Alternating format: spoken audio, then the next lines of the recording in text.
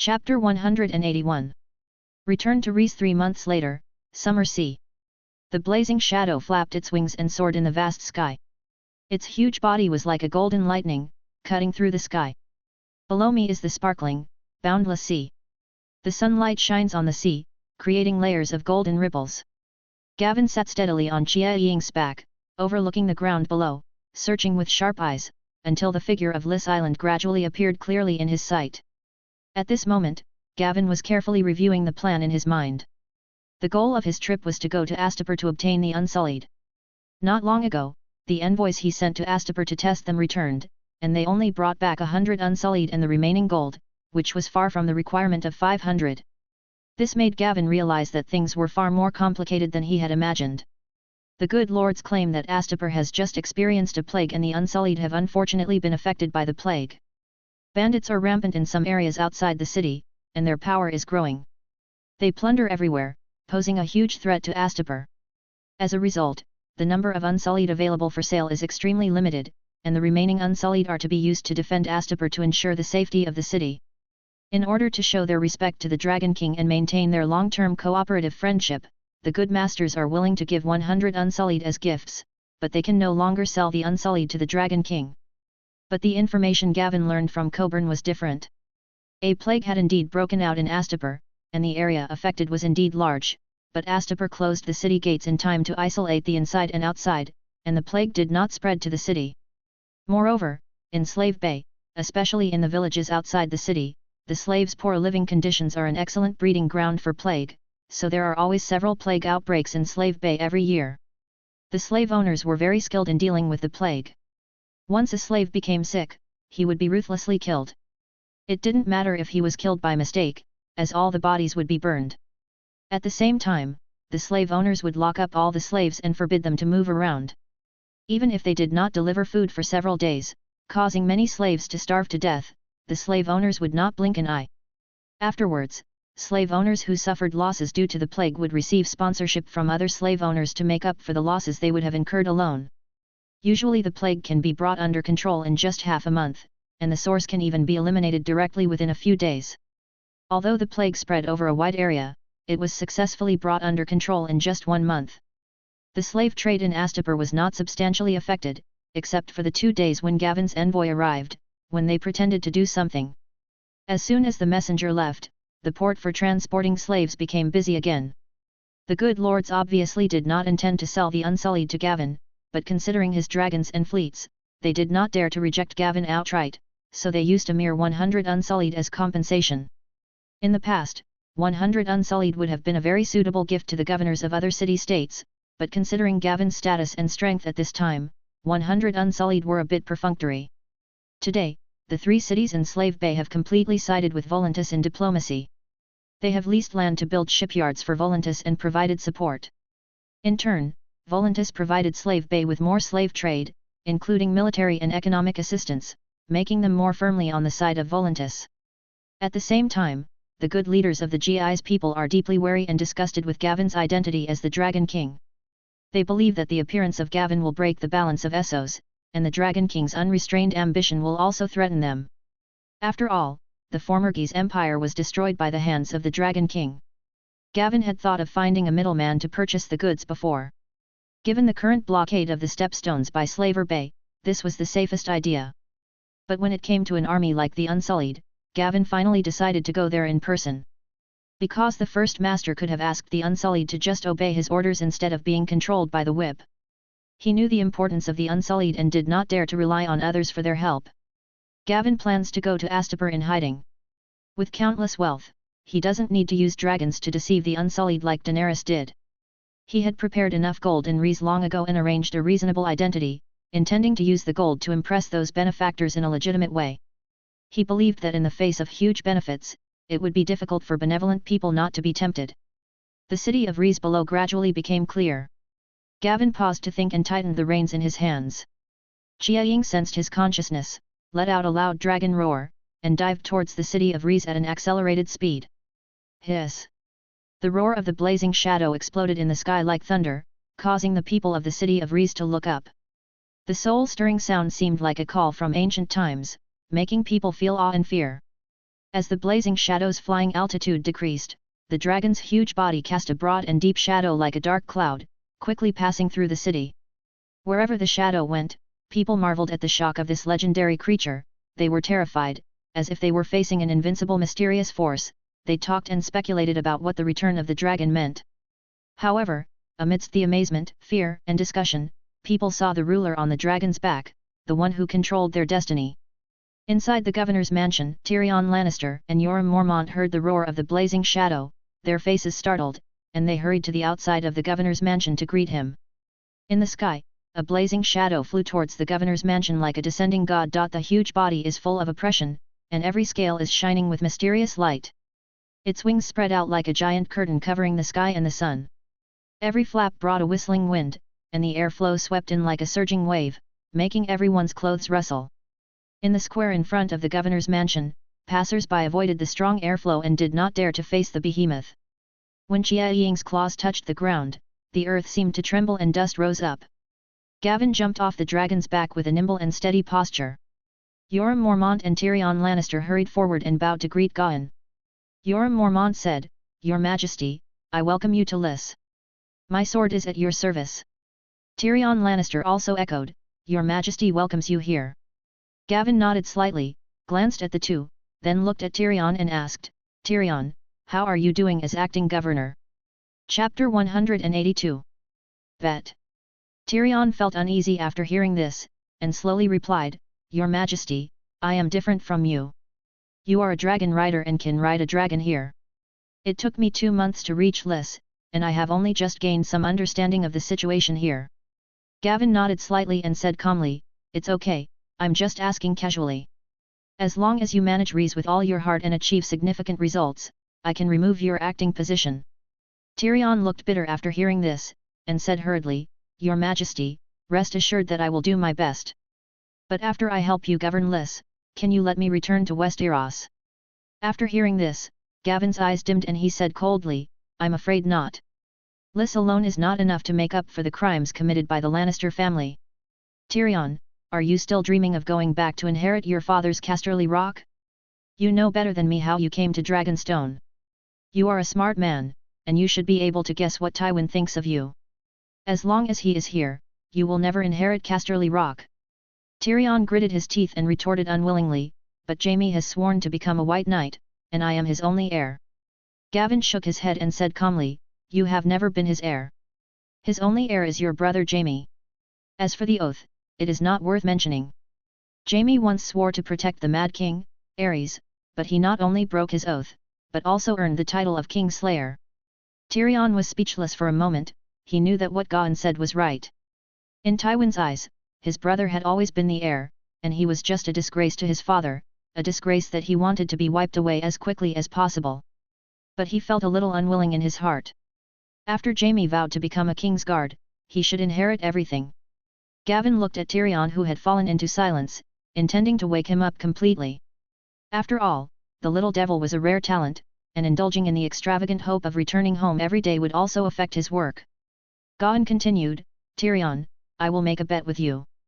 It won't be long before Joffrey removes Jaime from the Kingsguard, and then Jaime will be reappointed as heir by your father. As for you, you will be charged with treason.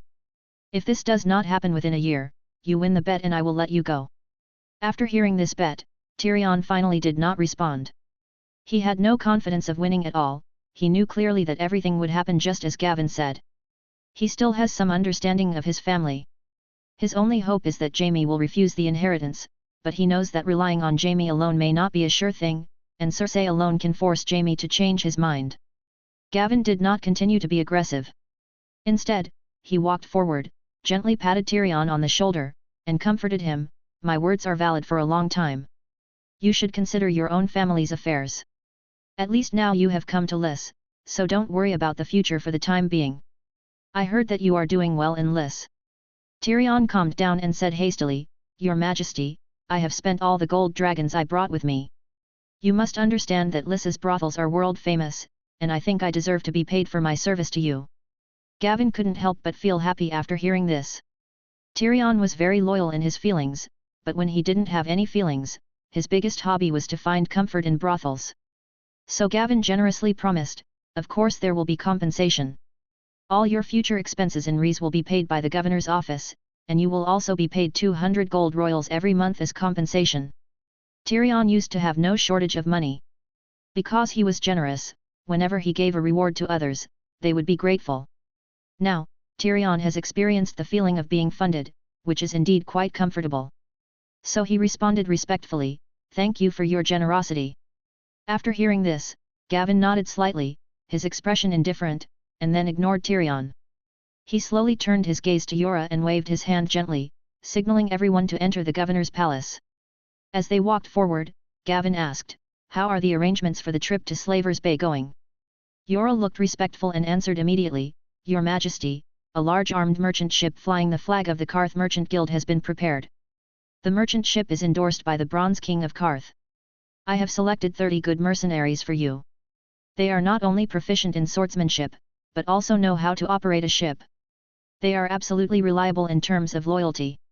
Gavin nodded slightly and continued to ask, "Have all the golden dragons been delivered to the ship?" "Your Majesty, we have prepared 300,000 gold royals and have all been shipped. I have arranged 200-man teams to guard it day and night to ensure that nothing goes wrong," Yora replied. As they spoke, the group walked into the hall, where they saw a burly mercenary standing. He was wearing exquisite leather armor, the patterns on the armor were delicate and exquisite, as if telling of the vicissitudes its owner had experienced. There was a scimitar hanging around his waist, and the scabbard was inlaid with gems, which sparkled mysteriously under the light. There was a thin scar on his forehead, which looked like a winding snake, adding a bit of ferocity to him. The palms of his hands were covered with calluses, which were like medals of time, showing his experience and skill in using a knife. When the mercenary saw Gavin coming in, he immediately bowed to show his respect. Yora stepped forward and introduced, "Your Majesty, his name is Scar Kairos, and he is the captain of the mercenaries leading this team. He is experienced and once served as a centurion in the Windblown. After leaving the Windblown, he fought in various places in Essos and was also a captain for a period of time. He traveled back and forth between Lys and Slavers Bay for a long time and knows this sea area like the back of his hand." Gavin looked at the burly Kairos quietly, with satisfaction in his eyes. He nodded slightly and said, "Kairos, Yora told you the purpose of this trip, right?" Kairos bowed again and answered respectfully, "Yes, Your Majesty. Lord Yora has told me the details in detail. I am honored to serve Your Majesty." Gavin nodded and said seriously, "Then the captain's position for this voyage will be handed over to you. If you do a good job, I will pay you double the commission." Kairos was so excited when he heard this, his eyes sparkled with excitement, and he said, "Praise you. You are such a generous monarch. Your Majesty, please rest assured that Kairos will not let you down." Gavin waved his hand and said, "Okay, go down and get ready. We'll set off early tomorrow morning." "As you command, Your Majesty." Kairos bowed again and stepped out. Chapter 183. Tyrion's Plan. As Kairos left the hall, Gavin withdrew his gaze and asked about Rize's situation again. From the stories told by Tyrion and Yora, he had a general understanding of the current situation in Lys. The current situation in Rize is generally stable. Those who are dissatisfied are mainly middle-class merchants and slave owners who once had the right to own slaves in Rize. Affected by Gavin's policy of gradually liberating slaves, they have suffered losses after being deprived of their slaves. Some people even spoke out against Gavin in the pub, but after several months of high-pressure rule, the voices of opposition have gradually disappeared, at least no one dares to say it openly. Previously, Yora found out that some slave owners often colluded with each other in private, and even had connections with Volantis. It was obvious that they were unwilling to accept their current situation. After a period of cleansing and the presence of the army, the city became relatively stable. On the contrary, the slave owners outside the city often emerged, and even assassinated officials.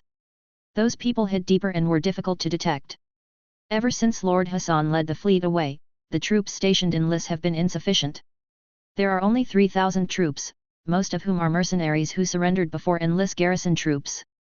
They can hardly be fully trusted, and they cannot fully cover the towns and villages outside the city. Yora explained to Gavin. After hearing this, Gavin frowned slightly and his fingers tapped the table involuntarily, making a rhythmic sound. Tyrion, who was standing by, saw this and interrupted at the right time, "Your Majesty, since the problem arises from the abolition of slavery, we can use slaves to deal with this dilemma. Gavin looked calm and said slowly, then tell me how to use slaves to solve it. Tyrion's face straightened, and he said solemnly, Your Majesty, we can recruit strong slaves to form a city defense army to make up for the lack of military strength. The enemy that Lys is facing now is no longer well-equipped soldiers, but the slave owners in the countryside. Those slave soldiers can overthrow their manners with just hatred and blood.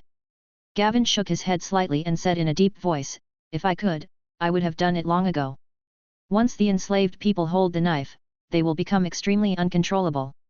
Hatred will blind their eyes, weapons will give them courage, and revenge will become the fuel that ignites their riots. They will purge all slave owners and merchants indiscriminately. What I want is a prosperous Rhys, not a ruin that has experienced killings. Tyrion nodded slightly and said, Your Majesty, the situation you are considering will indeed happen, so this plan must be balanced by a system. Fortunately, you did not pardon all slaves, but only enacted a policy of gradual removal of slavery. The governor's office can fully utilize this policy to restrain the slave army. Any slave who disobeys orders will lose the chance to regain his freedom.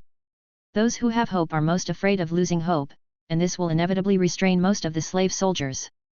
By then, we will use slave soldiers to carry out several purges on Rhys, and the remaining slave owners will have no choice but to rely on the governor's office to protect themselves. Once cracks appear within them, it will be difficult for them to unite again. Even if some slave owners are dissatisfied, they cannot form a force and cannot shake your rule. Gavin nodded slightly and said to Tyrion seriously, Then try your method. Remember, I want a prosperous Lys, and prosperity is inseparable from those merchants and wealthy slave owners. You must control the scale and never let a large-scale riot occur.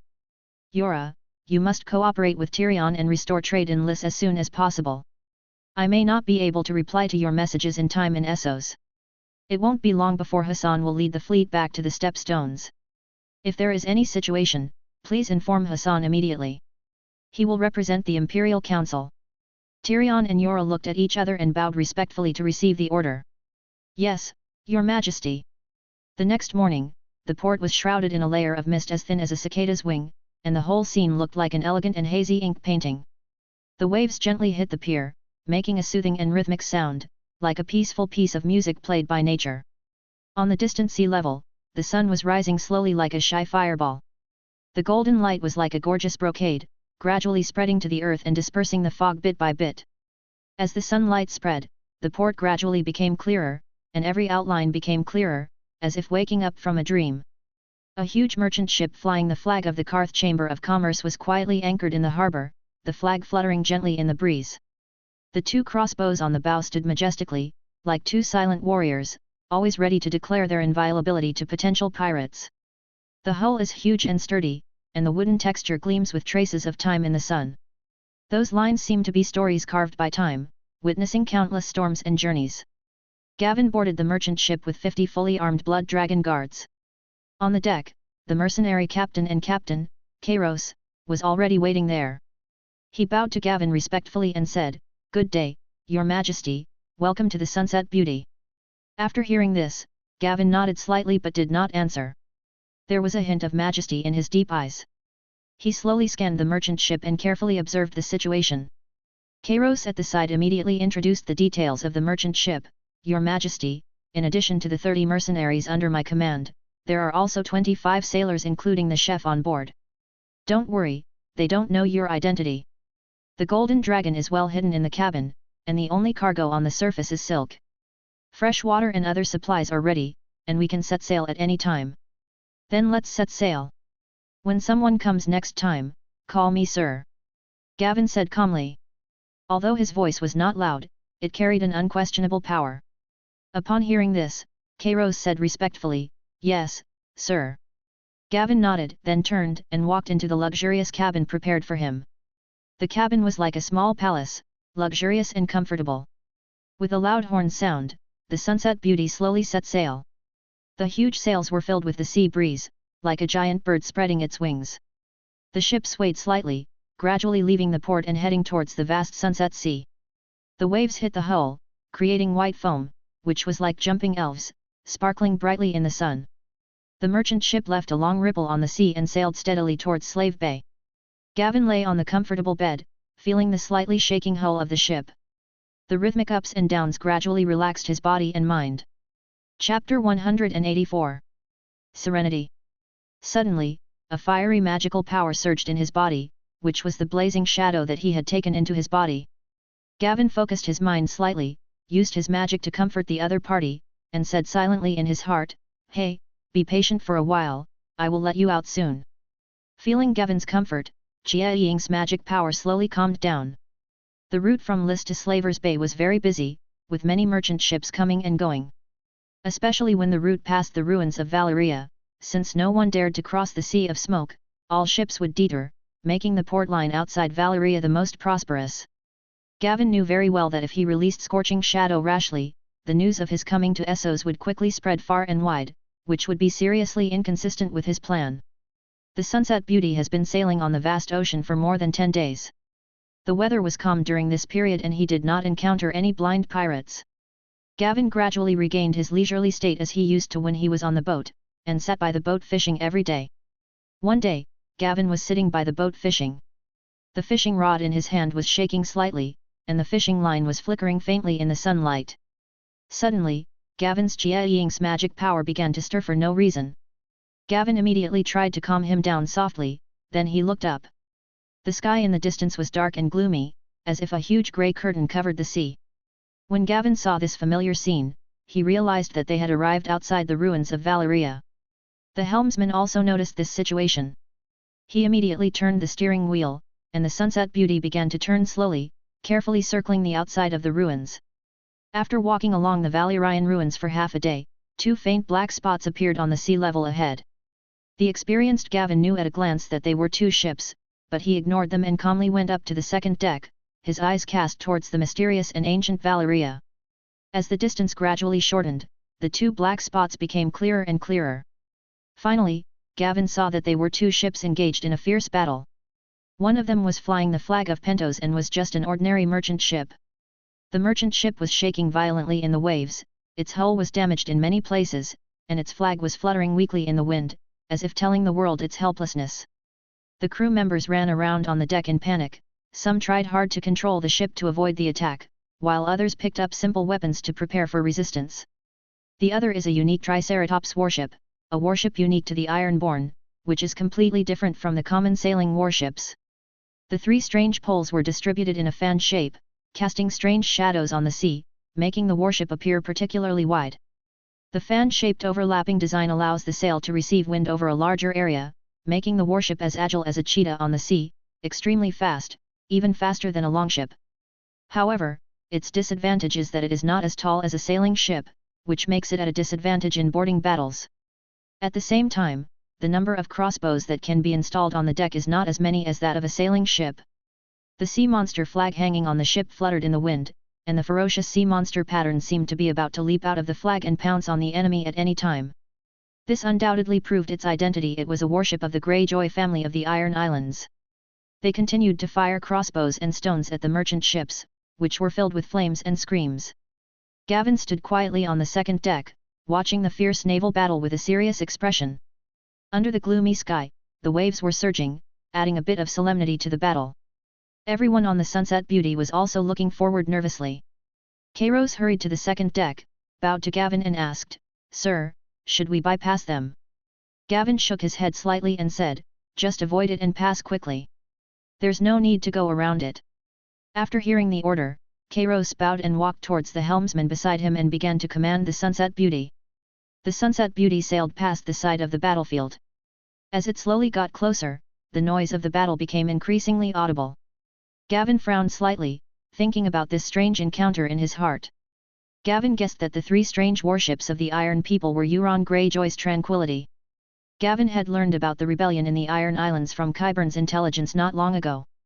After the failure of Euron Greyjoy's rebellion, he was a pirate in the Sunset Sea, but he never expected to meet Gavin today. At this time, the merchant ship was already in a state of decline under the attack of the 3-masted warship, the hull was damaged in many places, and the crew fled in panic. The sea monster flags on the Iron Men warships fluttered in the wind, and they continuously fired crossbows and stones at the merchant ships, which were filled with flames and screams.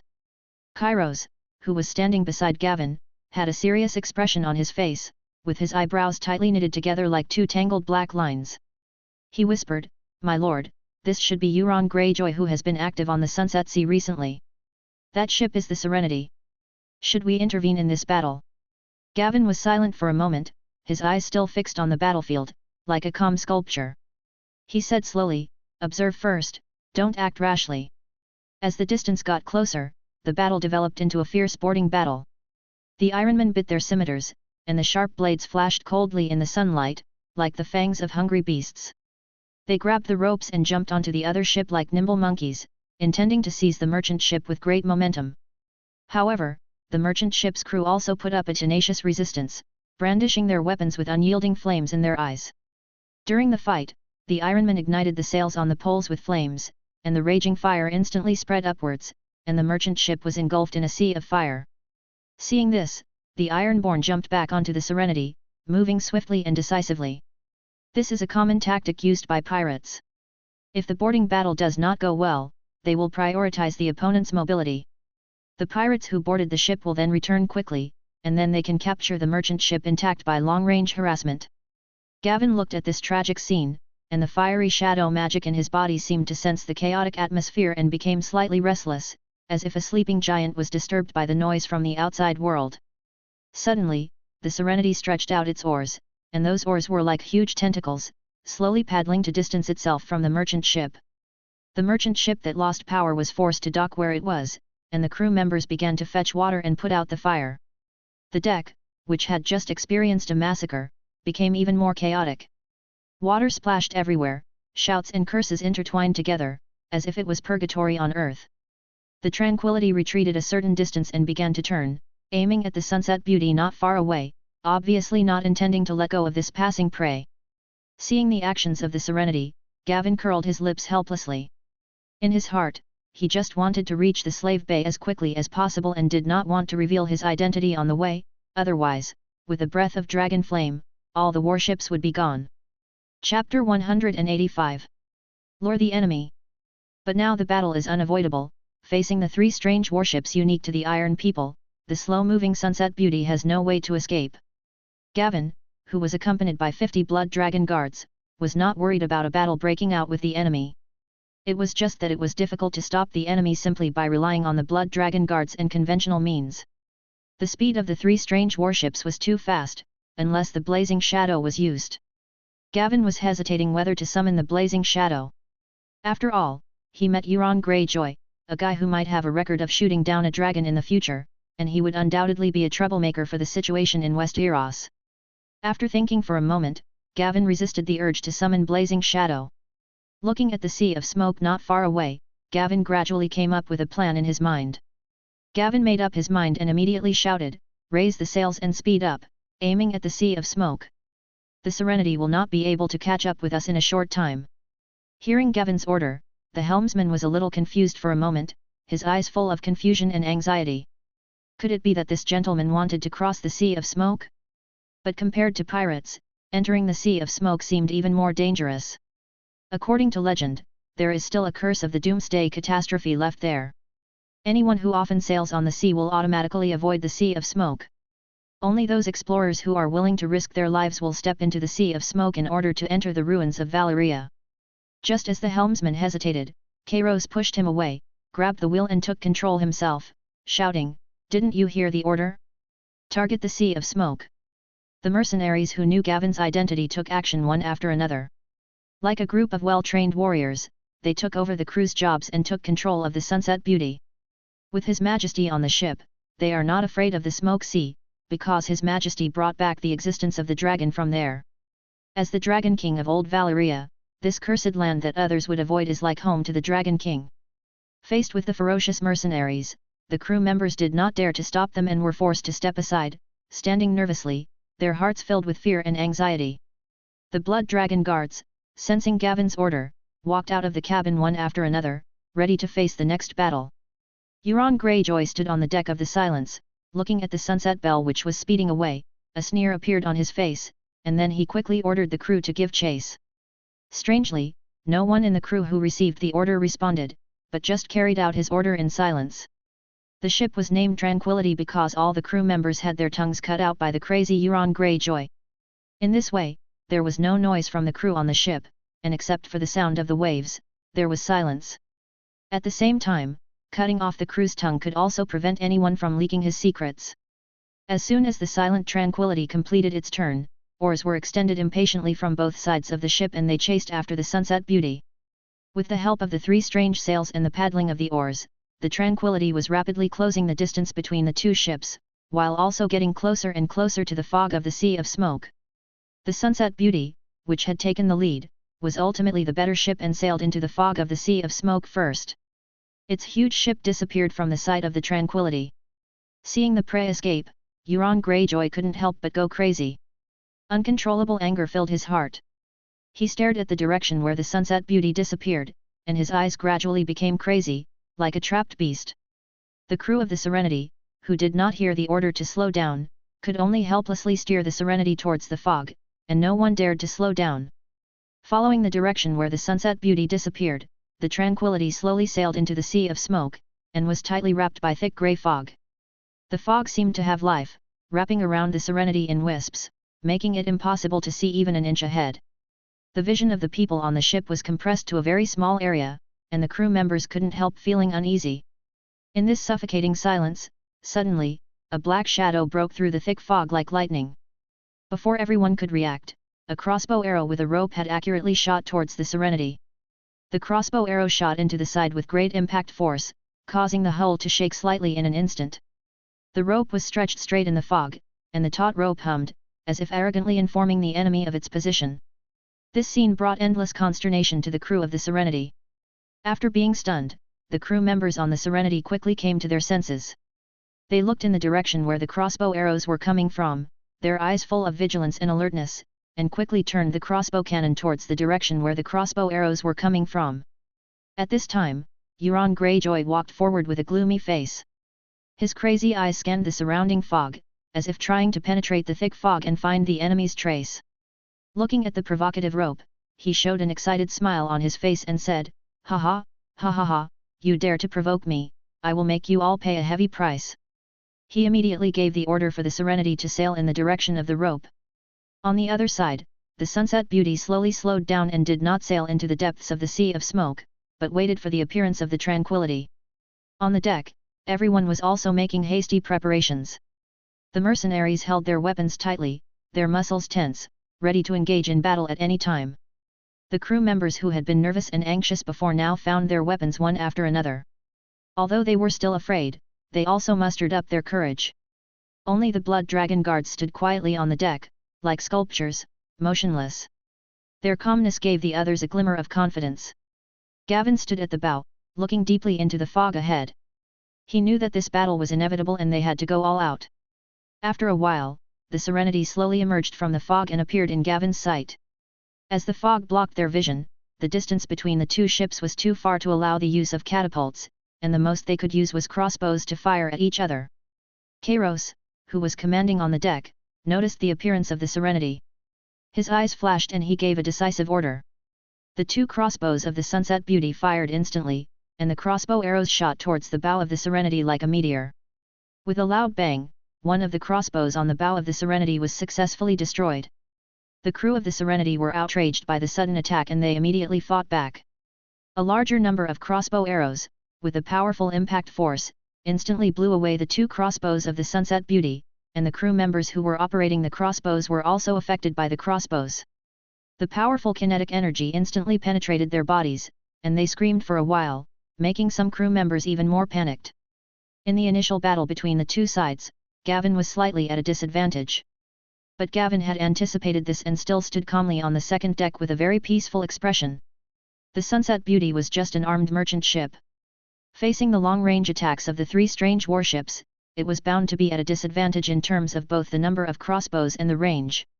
After firing a round of crossbow arrows, the Tranquility did not reload, but instead drew out their weapons and prepared for battle.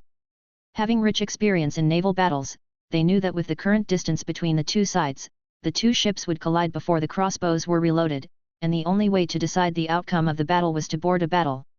Chapter 186. Boarding and Warning. With a loud bang, the Serenity, like a ferocious beast, slammed heavily into the side of the Sunset Beauty with its bow. The huge ramming horn was like a sharp spear, instantly tearing a huge gap in the hull of the Sunset Beauty. However, facing the huge Sunset Beauty, this amount of damage is indeed not enough to cause fatal harm to it. With the violent shaking caused by the collision, the Ironman quickly jumped onto the Sunset Beauty like a tide. While the other crew members were still unable to stand firm, the Ironman rushed over like hungry wolves. Kailas had just adjusted his body with the help of the pole when he saw the High Shaman rushing towards him with a knife. His eyes suddenly became stern, and he quickly raised his scimitar and rushed towards the enemy, shouting, "Meet the enemy! Meet the enemy!" As Kairos' voice rang out, all the mercenaries reacted and immediately rushed forward with weapons in hand. Faced with the few Iron Men who jumped over first, the mercenaries used their numerical advantage to form a formation and quickly pushed the other side to the side of the ship. But then, more Iron Men jumped over like locusts. Some of those who were a little further away even swung over by grabbing the cables and used their body weight to smash into the mercenary formation. The strict formation was broken by the suicidal attack. The Iron Men who had been cooperating well with each other immediately attacked the mercenaries frantically. The formation was forcibly disrupted. Seeing this, Kairos angrily chopped off the head of the Iron Man and shouted to his men to come closer and fight back. The scene fell into chaos for a moment, with shouts and the sounds of weapons clashing resounding throughout the entire deck. Gavin stood quietly on the second deck, watching the fierce battle below, his eyes revealing calmness and caution. At this moment, the blazing shadow magic in his body was wildly agitated. The blazing shadow was obviously afraid of some creature deep in Valeria, and kept warning Gavin with his consciousness. Feeling the warning from Jiaying, Gavin didn't dare to release it for a moment, fearing that it would attract monsters that Jiaying would be afraid of. You know, Jiaying was more than 40 meters long at this time and had the ability to bathe in fire. Obviously, that monster was scary enough. Gavin couldn't help but feel a little anxious. He planned to make a quick decision and leave the sea of smoke quickly, so as not to lure the other party into going deeper. With a thought, the Blood Dragon Guards drew their weapons and joined the battle. Faced with the addition of the Blood Dragon Guards, the Iron Men's offensive was halted and they were quickly pushed back to the side of the ship. The Serenity gradually approached the Sunset Beauty, and the two ships were tightly together. At the same time, more Iron Men ran out of the cabin of the Serenity. These people were shirtless, with fine sweat on their backs, and it was obvious that they were the ones who had just paddled. They quickly opened the boxes on the deck, took out their leather armor and put them on. Some of them even just found a scimitar and grabbed the rope to kill. At one point, the number of Iron Men reached 3 times the number of people on the Sunset Belle, and each of them was fearless and unafraid of death. But no matter what, the fearless Iron Men seemed futile in the face of the immortal Blood Dragon Guards, and they were unable to break through the enemy. Euron Greyjoy stood on the deck of the Silence, watching the battle break out and become increasingly fierce, but he did not take action. With a wicked smile on his face, he slowly climbed onto the second deck of the Serenity, his eyes fixed on Gavin like an eagle locking onto its prey. He had spotted Gavin during his observation just now, and from Gavin's calmness and demeanor as he stood on the second deck, he had clearly determined that Gavin was the leader of the ship. Euron Greyjoy came to the second deck, grabbed a rope, jumped up from the second deck, and swung lightly like a bird through the people fighting fiercely and landed behind the battle. The moment he landed, he drew out his sword and rushed towards Gavin as fast as lightning. "I found you, the guy who provoked me." Euron Greyjoy believed that it was Gawain who had just provoked him. With a crisp sound of dang, Euron's sharp sword was blocked by Gavin holding Dawn. In an instant, Euron felt an unparalleled force coming from the opponent's sword, as if he was hit by a violent beast. The powerful force threw him backwards, and he staggered back several steps before he could barely steady himself. Euron looked at Gavin holding Dawn, and a hint of astonishment flashed in his eyes. He looked down at the cracked sword in his hand and said in a deep voice, "Valeria Steel Sword, it seems that your identity is not simple. Who are you?" Gavin did not answer the other party, but his eyes were cold, as sharp as ice that had not melted for thousands of years. Holding Dawnbreaker in his hand, he attacked Euron Greyjoy as fast as lightning. The sword in Gavin's hand was as fierce as a storm, and each sword carried unparalleled power and extremely precise angle. Dang, dang, dang, the crisp sound of sword strikes continued to ring out, echoing in the air, as if it were the music of a battle. Euron Greyjoy has always been confident in his swordsmanship. This confidence is like a solid barrier, and it is also the reason why he dares to skip the battle and attack Gavin directly. But at this time, facing Gavin, who had legendary swordsmanship, Euron began to feel panic in his heart. Little did he know that by going directly to Gavin, he was undoubtedly finding the toughest opponent on the battlefield. Comparatively speaking, Euron Greyjoy's ability to hold out for more than 10 moves under the legendary swordplay also fully demonstrates his strong strength. Euron, who was at a disadvantage, fought hard, but gradually fell into a passive position under Gavin's ferocious attack. After a few sword strikes, Gavin seized a fleeting flaw and swung his sword down fiercely. The sword flashed like lightning, and Euron was unable to dodge, and his left hand was cut off by the extremely sharp dawn. Blood gushed out instantly, staining the deck red like a red fountain. Euron's face was as pale as paper, and his eyes showed a mixture of pain and anger. He gritted his teeth, endured the severe pain, grasped the sword tightly with his right hand, and stabbed Gavin fiercely. As Gavin dodged, he quickly retreated to create some distance. At this moment, Euron Greyjoy was filled with shock and unwillingness. He didn't expect that the mysterious opponent in front of him was so powerful that he felt a deep sense of powerlessness. Seeing Euron Greyjoy retreating, Gavin immediately chased after him with Dawnbreaker in hand. However, an Ironborn used the same method to grab the cable and cross the battlefield, and rushed directly towards Gavin. Before the Ironborn in the air approached, Gavin, who was alerted, swung his sword to attack instead of defend. The sharp dawn and powerful kinetic energy cut the Ironborn's body in half. Although only the upper body of the Iron Man in the air was left, he was not dead. He still used inertia to crash into Gavin, but Gavin easily dodged him and beheaded him with a sword before he hit the ground. But this brief interruption still provided an opportunity for Euron Greyjoy, who quickly rushed into the fierce battle. Chapter 187. Slaver's Bay. The mercenaries who were fighting did not notice the threat behind them and lost 2 people in succession in Euron Greyjoy's sneak attack. The Ironborn who were fighting against them quickly widened the gap and took over Euron Greyjoy. Gavin followed closely behind with Dawn in his hand. Seeing this, several Iron Men rushed towards Gavin frantically to stop his pursuit, but were easily killed by Dawn. But their death still bought time for Euron Greyjoy to escape. This allowed Euron Greyjoy to successfully return to the Silence. Then, the remaining Ironmen quickly adjusted the sails of the Tranquility, and the 2 ships that were closely adjacent to each other began to separate. The Iron Men who had not yet returned to the Serenity were still madly attacking the Blood Dragon guards and mercenaries, trying to stop them from pursuing them. Seeing this, Gavin stopped chasing, put away the Dawnbreaker, and slowly walked back to the second deck. Gavin focused slightly as he looked at the Serenity not far away. The fiery magic power surged into his hands, and a ball of blazing flames appeared in his hands. Gavin stretched out his arms and aimed his palm at the Serenity.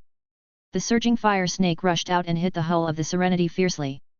The blazing flames ignited the hull of the Serenity, and at the same time, the flames spread rapidly under the surge of magic power, covering nearly half of the deck and igniting the sails of the Serenity. But the impact of the fire snake also pushed the Serenity farther and farther. It was not until the Serenity was out of the range of the flames that Gavin let go of his arms tiredly and took a deep breath. Creating fire out of thin air consumes more than 10 times the magic power compared to controlling it, especially the magic power required to use it to ignite a warship is even more terrifying. If it weren't for the help of the blazing shadow in his body, Gavin wouldn't have been able to do it. At this time, the Serenity was already engulfed in flames. Conventional methods could no longer extinguish the flames, and it was only a matter of time before it was reduced to ashes. Suddenly, Euron Greyjoy's crazy and incoherent voice was heard from the sea of fire. "This is the realm of the drowned god. I am immortal. No one can kill me, immortal. I will enter the palace of water, and the drowned god will bless me. It's you. This magic, this flame, I know who you are. Drowned god. Drowned god, I saw it." Gavin looked grimly at the Serenity engulfed in flames.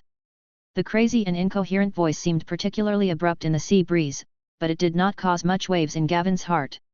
Ignoring the other party, the Serenity, which had lost power, could only helplessly drift along the ocean current towards the ruins of Valyria. In Gavin's opinion, if lucky, the Serenity might be able to reach the land before burning to ashes. However, he felt that if Euron Greyjoy didn't want to be burned to death, he had no choice but to jump into the sea, and no matter what he chose, death seemed to be waiting for him. Then, Gavin turned his attention to the battle that had not yet ended. At this time, the battle had already come to an end. Those Ironborn who had not left fought back frantically, like trapped beasts, but the only fate waiting for them was to be slaughtered. On the deck of the Sunset Beauty, blood and sweat intertwined, forming a tragic picture. The air was filled with a strong smell of blood and tension, making people almost suffocate. Although the mercenaries were brave, more than a dozen of them had fallen under the crazy attack of the fearless Ironborn. The rest of the mercenaries were also injured, their clothes were stained with blood, and their faces showed fatigue. Even as powerful as the Blood Dragon Guards, they lost 3 of their men in this brutal battle. Seeing this, Gavin joined the battle with Dawn in hand, intending to end the battle and leave the Sea of Smoke as soon as possible. Perhaps because he had just used magic, Blazing Shadow's warning was more urgent. With the help of Gavin's legendary swordsmanship, the deck was quickly cleared of the Iron Men. Gavin had no time to greet the mercenaries who were lying limp on the ground. As soon as he thought about it, the Blood Dragon Guards immediately understood his orders and started to control the ship. They hoisted the sails and tied the ropes with quick and skillful movements. Gavin walked quickly to the second deck, took the helm himself, and drove the Sunset Beauty quickly toward the sea. Finally, the Sunset Beauty successfully sailed out of the Sea of Smoke. The seemingly endless fog disappeared in an instant, and what appeared before our eyes was a clear and vast blue sky and blue sea. The sun poured down unhindered, casting a warm golden glow over the hull. Gavin stood on the second deck, the breeze blowing across his face, bringing with it the unique scent of the ocean. He narrowed his eyes slightly, feeling the blazing shadow magic power in his body. The violent magic power had calmed down the moment it rushed out of the Sea of Smoke. Gavin looked back at the mysterious Sea of Smoke he had left behind, a complex emotion welling up in his heart. He had already stepped into the ruins of Valeria twice. Compared to the last in-depth exploration, this time he only entered the border and did not encounter any monsters, but he felt it was more dangerous than the last time.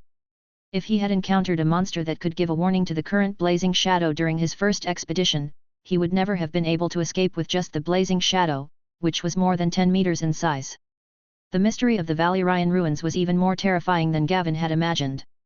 The sails of the Sunset Beauty fluttered in the wind as it continued to sail towards Slaver's Bay. Slaver's Bay is located in the southern part of Essos. It is named after the bay that extends northward from the Summer Sea into Essos. It is adjacent to the Land of Long Summer in the west and faces the Valerian Peninsula in the Land of Long Summer across the sea. To the north is the Dothraki Great Grass Sea, making this land a frequent target of raids by the Dothraki.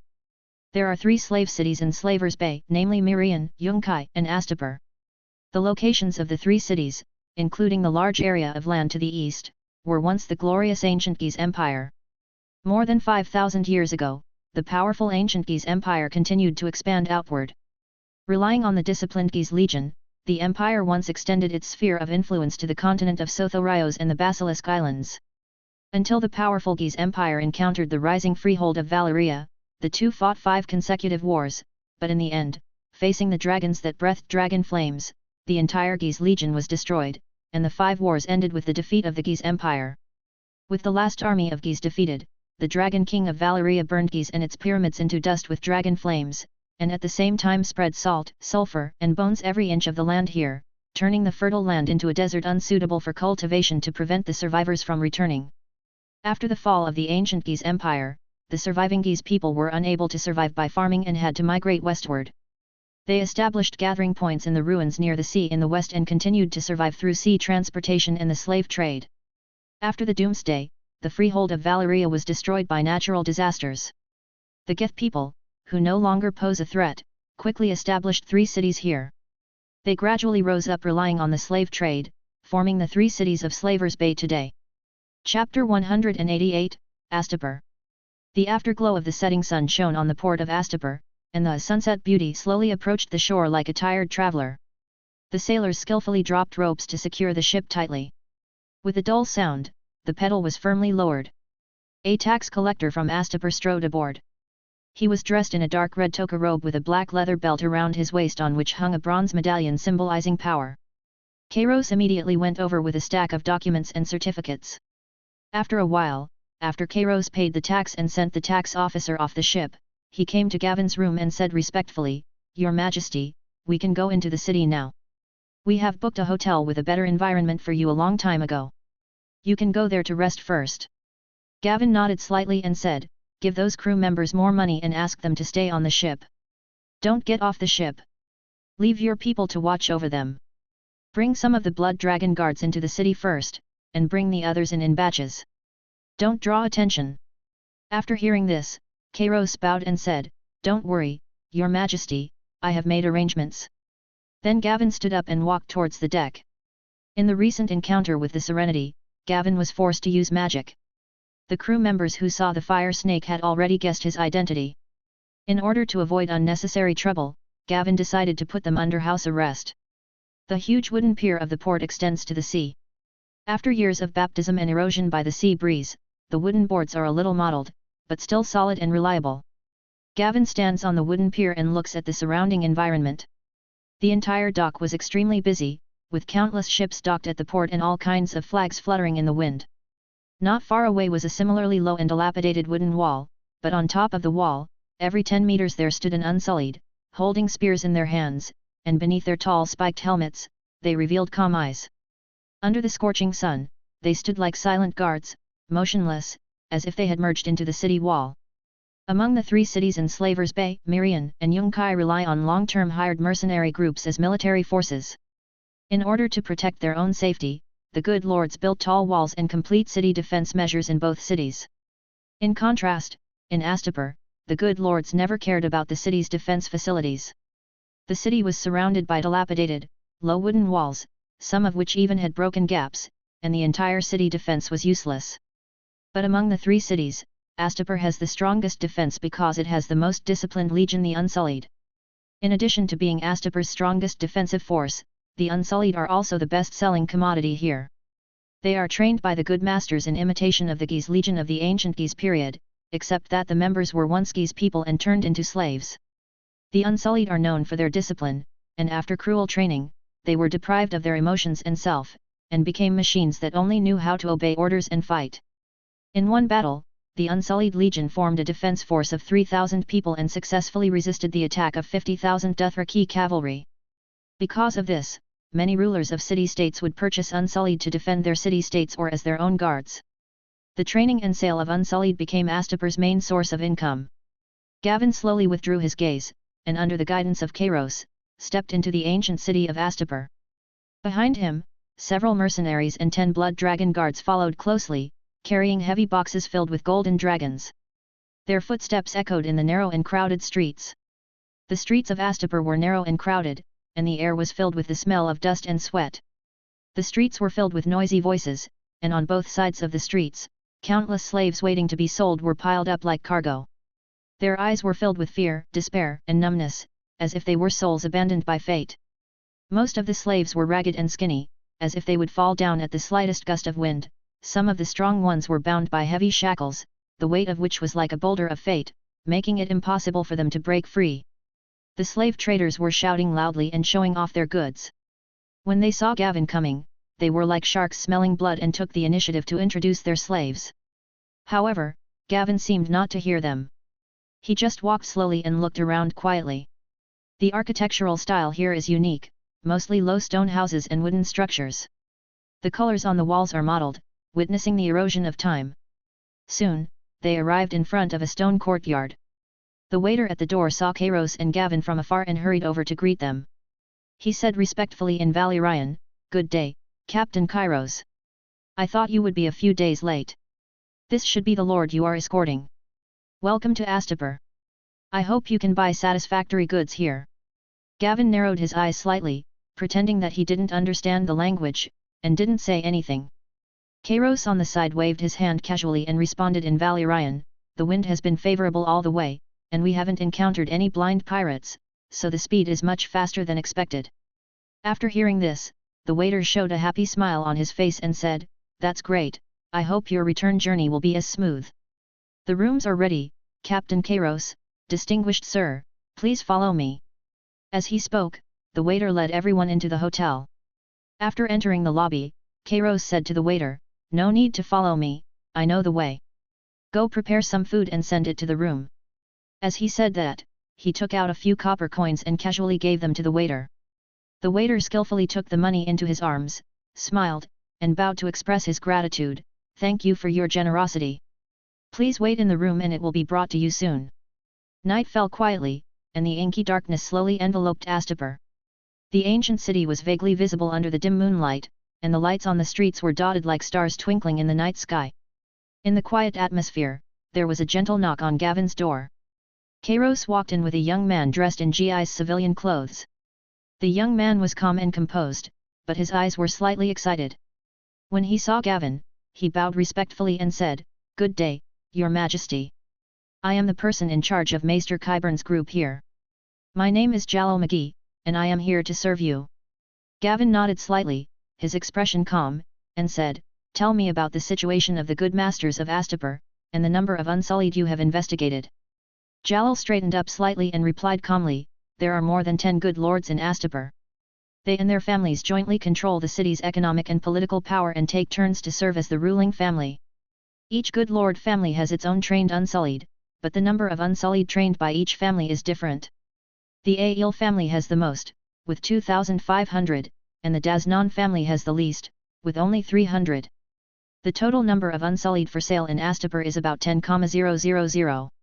Chapter 189. The Rise of the Horse King. Jalal paused and continued, "The current ruler of Astapor is Krasnimanaklaus. He controls 1,000 Unsullied and 2,000 slave soldiers responsible for the city's defense." When Gavin heard the name Krasnimanaklaus, his thoughts drifted away instantly. This was the good lord who represented the lord of Astapor in the original plot, demonstrated and sold the Unsullied to Daenerys, but was eventually burned to death by Daenerys with dragon flames. Obviously, as a ruler, he has the ability to unite with benefactors to initiate large-scale transactions. If he can help, this matter may go much more smoothly. Gavin continued, "Please contact Krasny Monocross for me tomorrow and tell him that I want to buy all the Unsullied. As long as he can help me, I am willing to pay him double the gold royals." After hearing Gavin's order, Jalal frowned slightly, shook his head and said, "Your Majesty, I'm afraid it's difficult to buy all the Unsullied through them at this time. The entire slave bay is currently on guard against possible threats from the north, and Astapor also stopped the bulk sale of Unsullied half a month ago. Now the bulk trade of Unsullied is only sold to local benefactors and slave owners in Slave Bay. Other outsiders can only purchase a maximum of 100 Unsullied each. Threat from the north? Aren't there Dothraki people to the north of Slavers Bay? Why are they fighting now?" Gavin asked with a puzzled look on his face. His eyes showed his curiosity about the situation, as if he was trying to piece together this complicated puzzle. Jalal explained in an orderly manner, "No, Your Majesty. Recently, a horse king named Drogo was born in the Great Grass Sea in the north.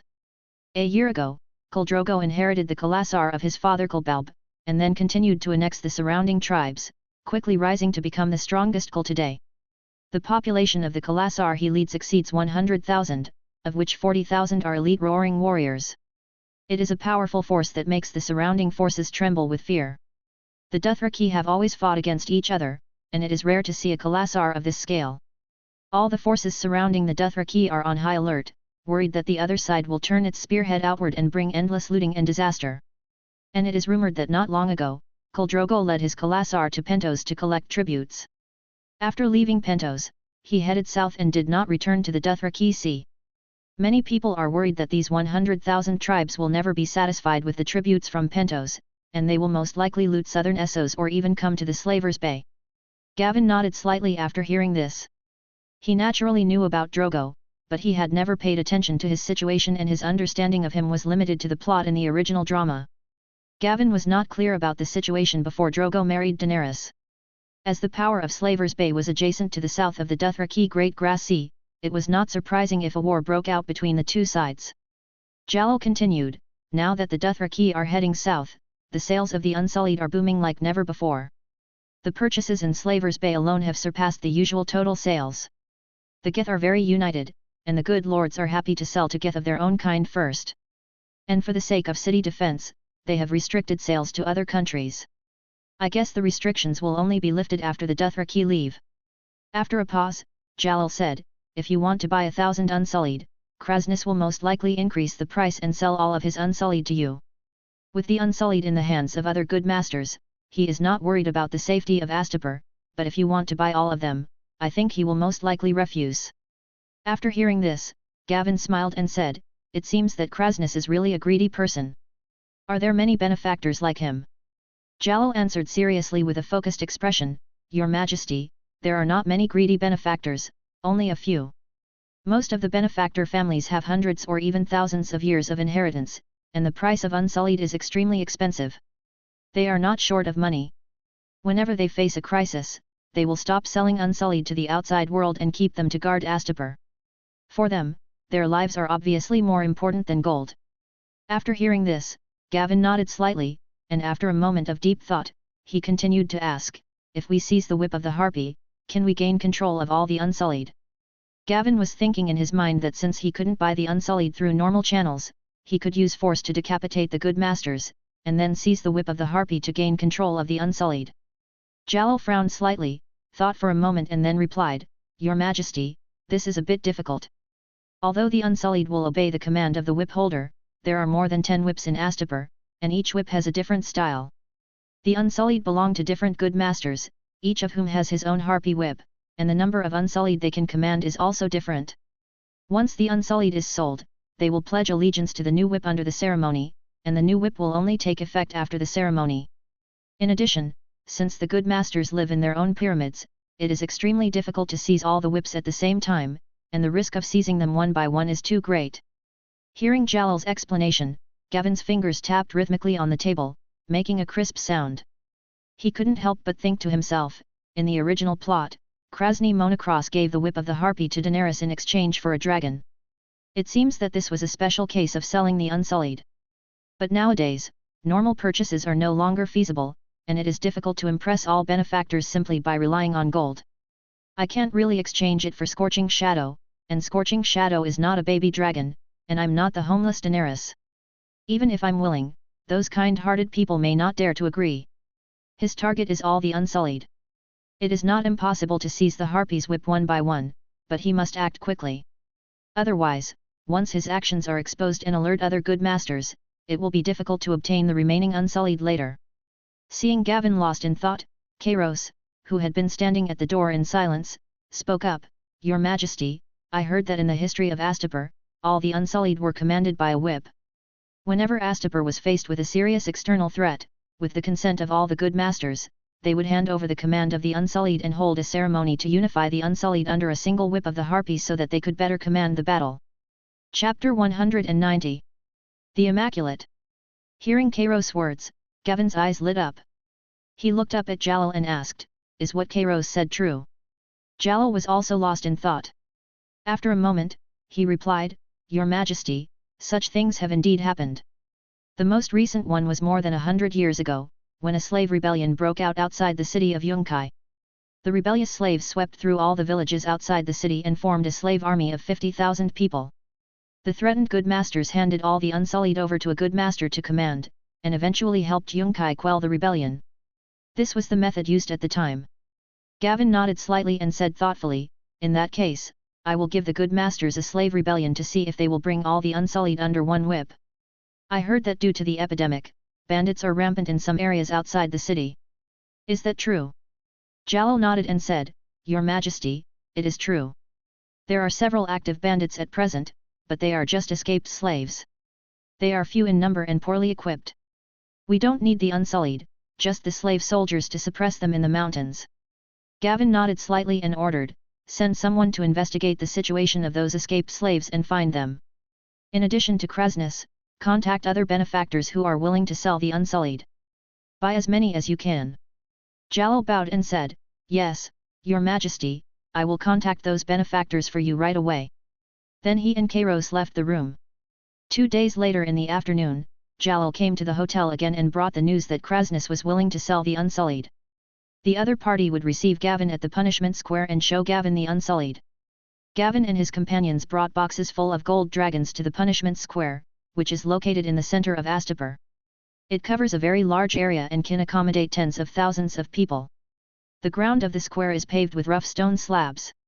After years and countless events, there are mottled marks and dark red stains on the stone slabs.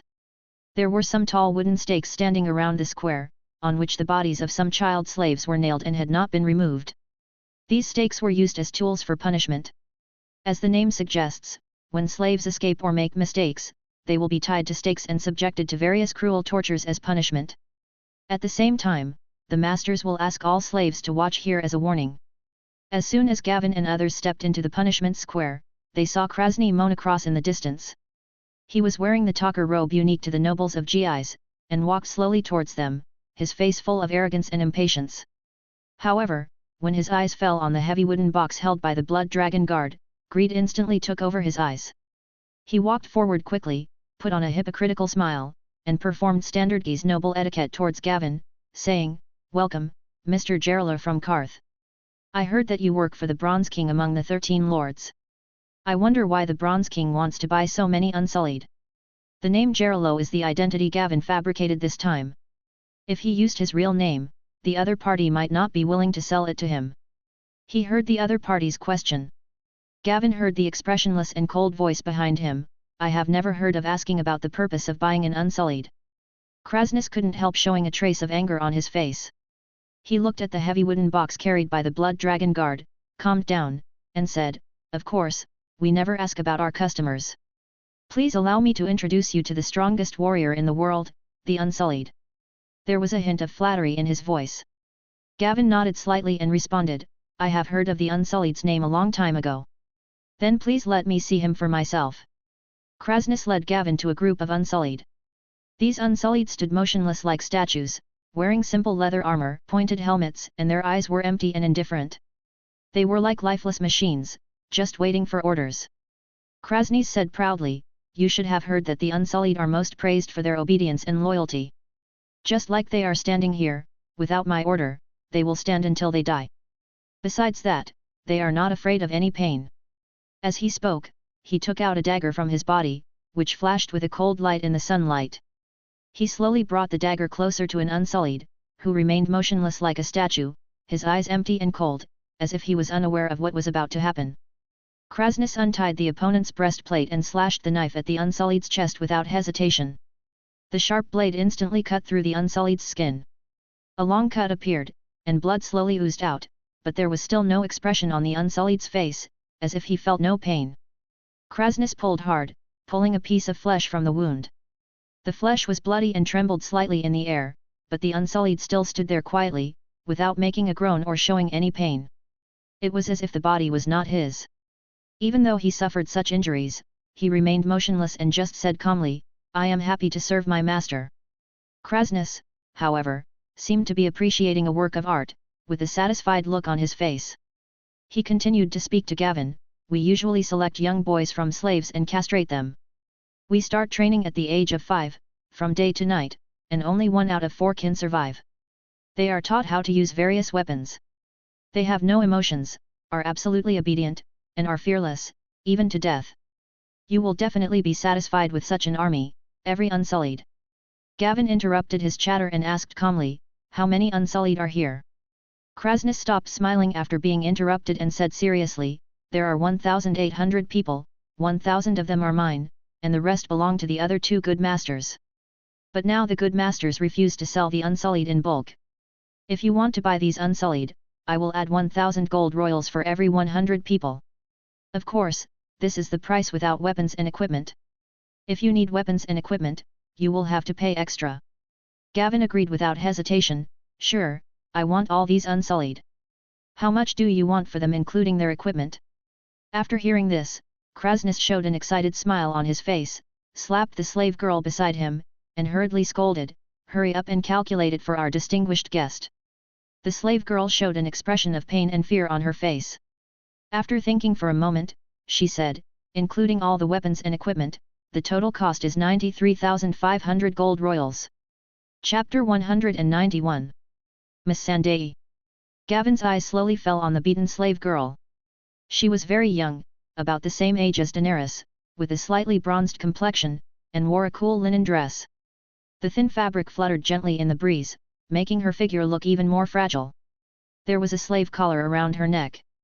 In the sunlight, the cold metal gleamed dimly, as if telling the helplessness of her fate. Gavin's heart moved, and he immediately realized that this was Miss Sandai, Daenerys' best friend in the original drama, a slave girl who was proficient in more than 10 languages. In Essos, where there are dozens of languages, someone who knows so many languages is indeed a rare talent. Gavin narrowed his eyes slightly and fell into deep thought. After a moment, he withdrew his thoughts and nodded slightly. Afterwards, the blood dragon guards behind him placed several heavy wooden boxes on the ground in neat movements and opened them one by one. In an instant, countless golden beams flashed with dazzling light, as if the sun's light was concentrated in this small space. Krasny's eyes were instantly attracted by the boxes of gold dragons, and greed spread in his eyes without any concealment. He walked towards the gold involuntarily, his steps were urgent, as if he was being pulled by a mysterious force, wanting to touch these symbols of wealth with his own hands. However, before Krasny could get close, the blood dragon guards quickly stepped forward and stopped him. Gavin's voice was cold and firm, "I want the best weapons and equipment. I can pay more, but I can't use shoddy ones." After hearing this, Krasny showed an impatient look on his face. He said loudly, "Of course, among all the benefactors, I, Krasny, am the most trustworthy and equipped with the best weapons."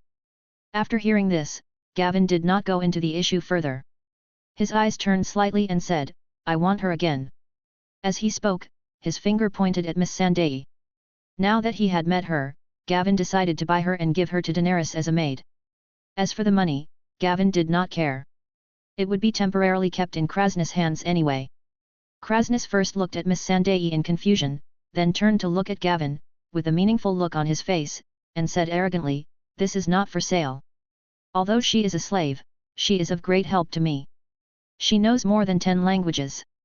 As you know, not every guest can understand Valyrian." Gavin seemed not to have heard his refusal and calmly responded, 500 gold royals. Krasny had a smug smile on his face and said loudly, "No, it has to be doubled. Deal. I want the whip as soon as possible. I won't leave Astapor in the short term. I also need a base." Gavin's tone was decisive and unquestionable.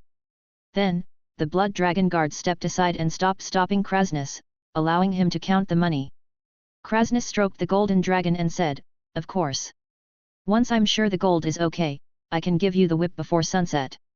As for the base, I happen to have a place in the city that can accommodate 3,000 people. You can stay as long as you pay." Krasny's monocross was indeed as trustworthy as he said. After confirming the number of gold dragons, he immediately held a handover ceremony for the new whip in front of Gavin, and the quality of the weapons he sent later was indeed good. Objectively speaking, in the original series, Krasny was burned to death by Drogon, which was somewhat unkind of Daenerys.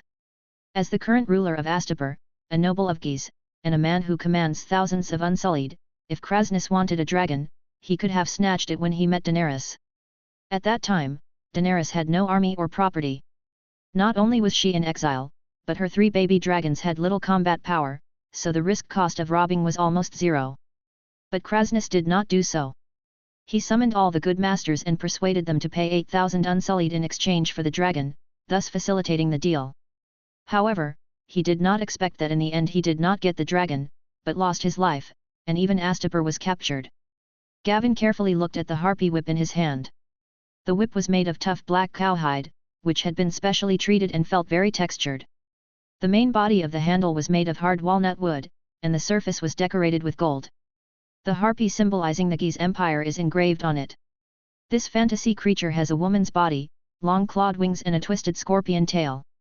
A heavy chain hangs from its claws, with an unclosed shackle at each end. The exquisite pattern represents the former glory and honor of the Guise Empire. After using the whip to give the Unsullied a few simple commands, Gavin felt a sense of satisfaction in his heart. The uniform movements and unhesitating obedience made him truly feel the strong discipline of this army. Apart from the blood dragon guards, he rarely experienced such a high level of obedience in other armies.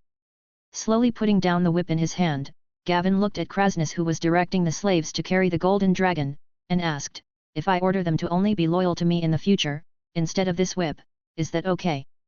After hearing this, Krasny showed an impatient look on his face and said loudly, "Of course you can, but the premise is that they will remember you and hold another handover ceremony like the one just now. Many guests will do this, and we will also help host the ceremony when the guests make a purchase. The only trouble is that the ceremony is more complicated than the previous one, and in the future, if you want to mobilize the Unsullied, you have to go in person. If you can't get away, no one can command the Unsullied. The Unsullied are only loyal to one person or one object at a time. Unsullied officers can only command combat. They have no feelings and thoughts, and are no better than servants." After hearing this, Gavin understood. To the good masters, the Unsullied were just tools of battle, and they only needed to obey. As for when to do what, whether to attack, and who to protect, tools do not need to consider these issues, they just need to obey. But on second thought, Gavin somewhat disagreed with what the other party said. After all, the Unsullied are human beings, and as human beings they have their own emotions. In the original plot, some Unsullied would even seek comfort from prostitutes, and among them there was a leader named Grey Worm.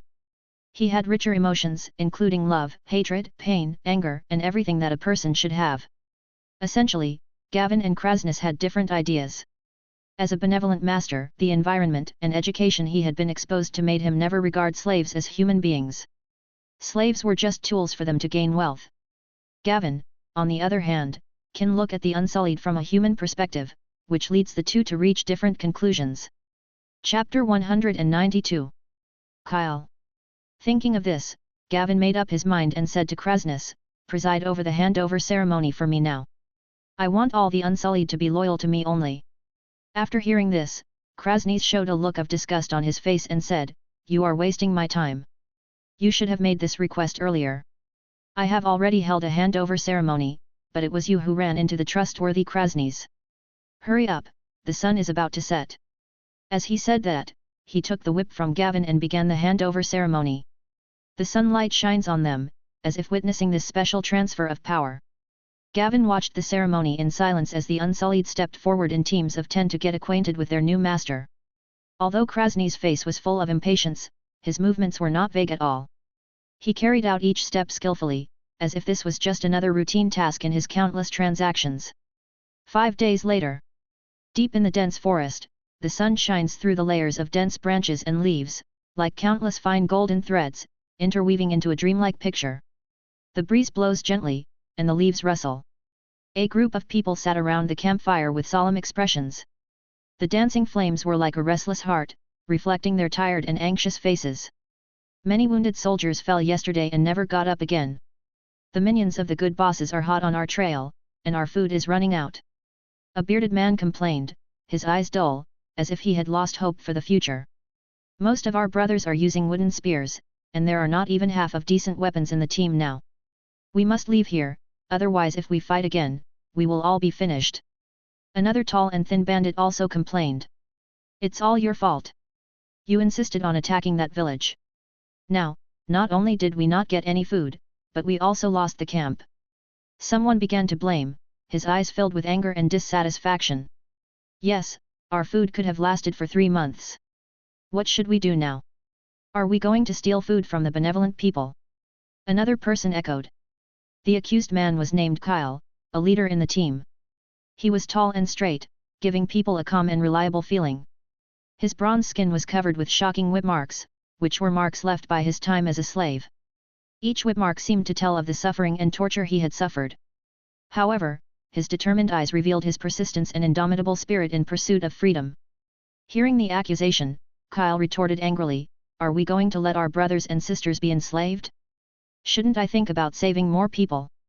His voice was loud and powerful, full of a sense of justice. Someone immediately sneered, "Can you save them? This is Astapor, there are countless slaves. Why don't you go to the city to rescue the Unsullied and see if they will accept your rescue?" The man's tone was full of sarcasm and disdain. Listening to his men's quarrel, leader Shaquille frowned, and the deep wrinkles seemed to be the marks left by the years. He interrupted and said, "Okay, be quiet. If we can't rob the good people, we can rob the caravans transporting grain. It will just result in more deaths, which can save some food." His voice was cold and ruthless, which made people shudder. Hearing the leader's words, Kyle stood up and shouted angrily, "Shaquille, what's the difference between what you do and those good masters? All of us are free people who escaped slavery. We are not here to be enslaved by you. I came to you to give those who follow me a way to live and to give freedom to others. But now you don't care about their lives. You are becoming more and more like a good master." Kyle's eyes burned with anger, and his body trembled slightly with excitement. Kyle was destined to be a slave from the moment he was born, because his parents were slaves. When he was only 5 years old, his mother was sold by a cruel and merciless master. His mother was forcibly taken away, and his father, who tried to resist this action, was brutally whipped to death by the soldiers of the good Lord in public. The sound of the whip still seems to echo in his ears, and his father's screams make his heart feel as if it was torn apart. At that moment, the seeds of hatred and resistance were deeply planted in the heart of young Kyle. Until recently, a terrible plague suddenly broke out. To prevent the spread of the plague, Kyle and other slaves were locked up like lambs to be slaughtered. They were locked up in a dark and damp place, filled with fear and despair.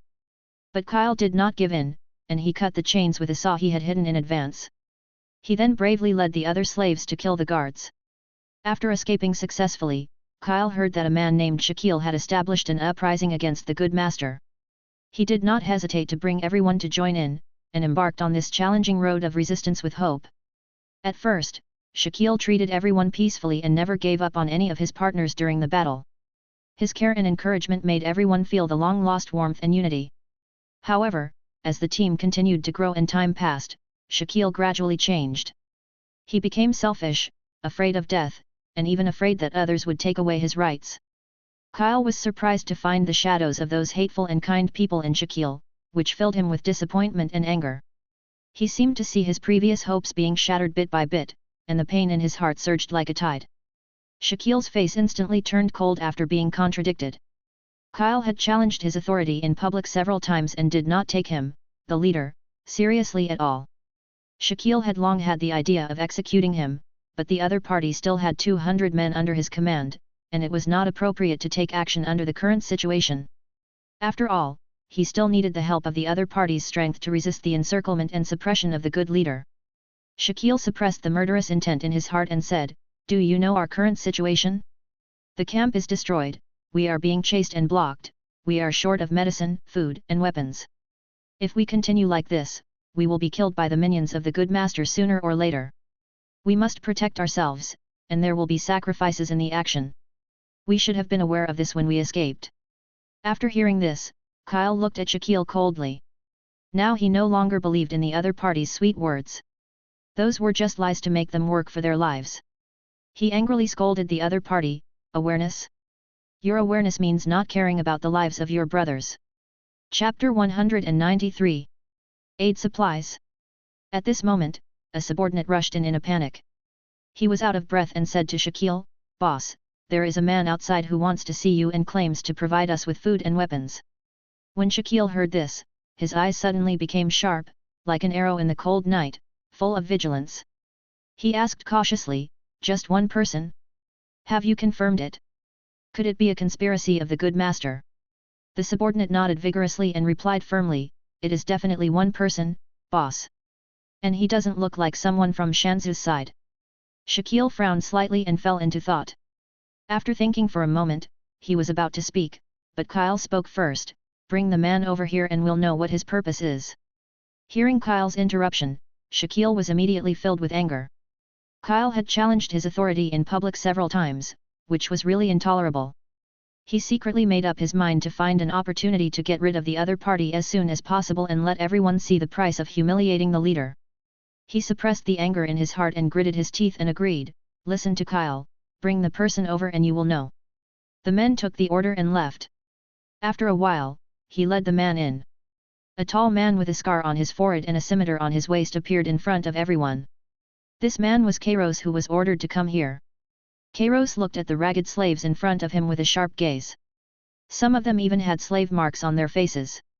He was sure that these were the escaped slaves that Jalal had mentioned. "I heard that you want to provide us with weapons and food? Why? Who are you?" The leader Shaquille's voice sounded first, with deep suspicion and worry in his voice, as if questioning an elusive mystery. After hearing this, Kairos smiled slightly, and the prepared words quickly emerged in his mind. He said calmly, "It doesn't matter who I am. You just need to know that I hate the good Lord as much as you do, and I can provide you with help. A person who doesn't even dare to reveal his origins must be harboring a conspiracy. I think I should cut off your hands so that you will tell the name of the good master behind it." Shaquille threatened with a fierce look in his eyes. Hearing the threat, Kairos remained calm and composed, as if he would not change his expression even if Mount Tai collapsed in front of him. He didn't seem to be worried about the threat from the other party at all, because he knew that this group of rabble had already been quietly surrounded by His Majesty's Blood Dragon Guards. Once he gave the signal, the Blood Dragon Guards would be dispatched immediately. Although it might be difficult to annihilate the enemy, it would be easy to prevent them from harming him. Kairos continued, if I were a man of the good Lord, I would have come here with slave soldiers, not alone. How can we trust you? Kyle asked impatiently before Shaquille could speak. He didn't know whether this outsider disliked the good master, but he had a deep hatred for the good master. He had no better choice in his current situation, so he wanted to try this opportunity. Kairos waved his hand and said calmly, you don't have to believe me. Food and weapons are real. As long as you are willing to continue to resist the good master, I can immediately provide you with enough food for 10 days and weapons to arm 300 people. When everyone heard his words, they immediately whispered to each other, and the scene seemed a little noisy. Everyone was whispering about the purpose and credibility of this mysterious man. Shaquille was also hesitant. He racked his brains but couldn't figure out the other party's purpose. Did he simply hate the good master?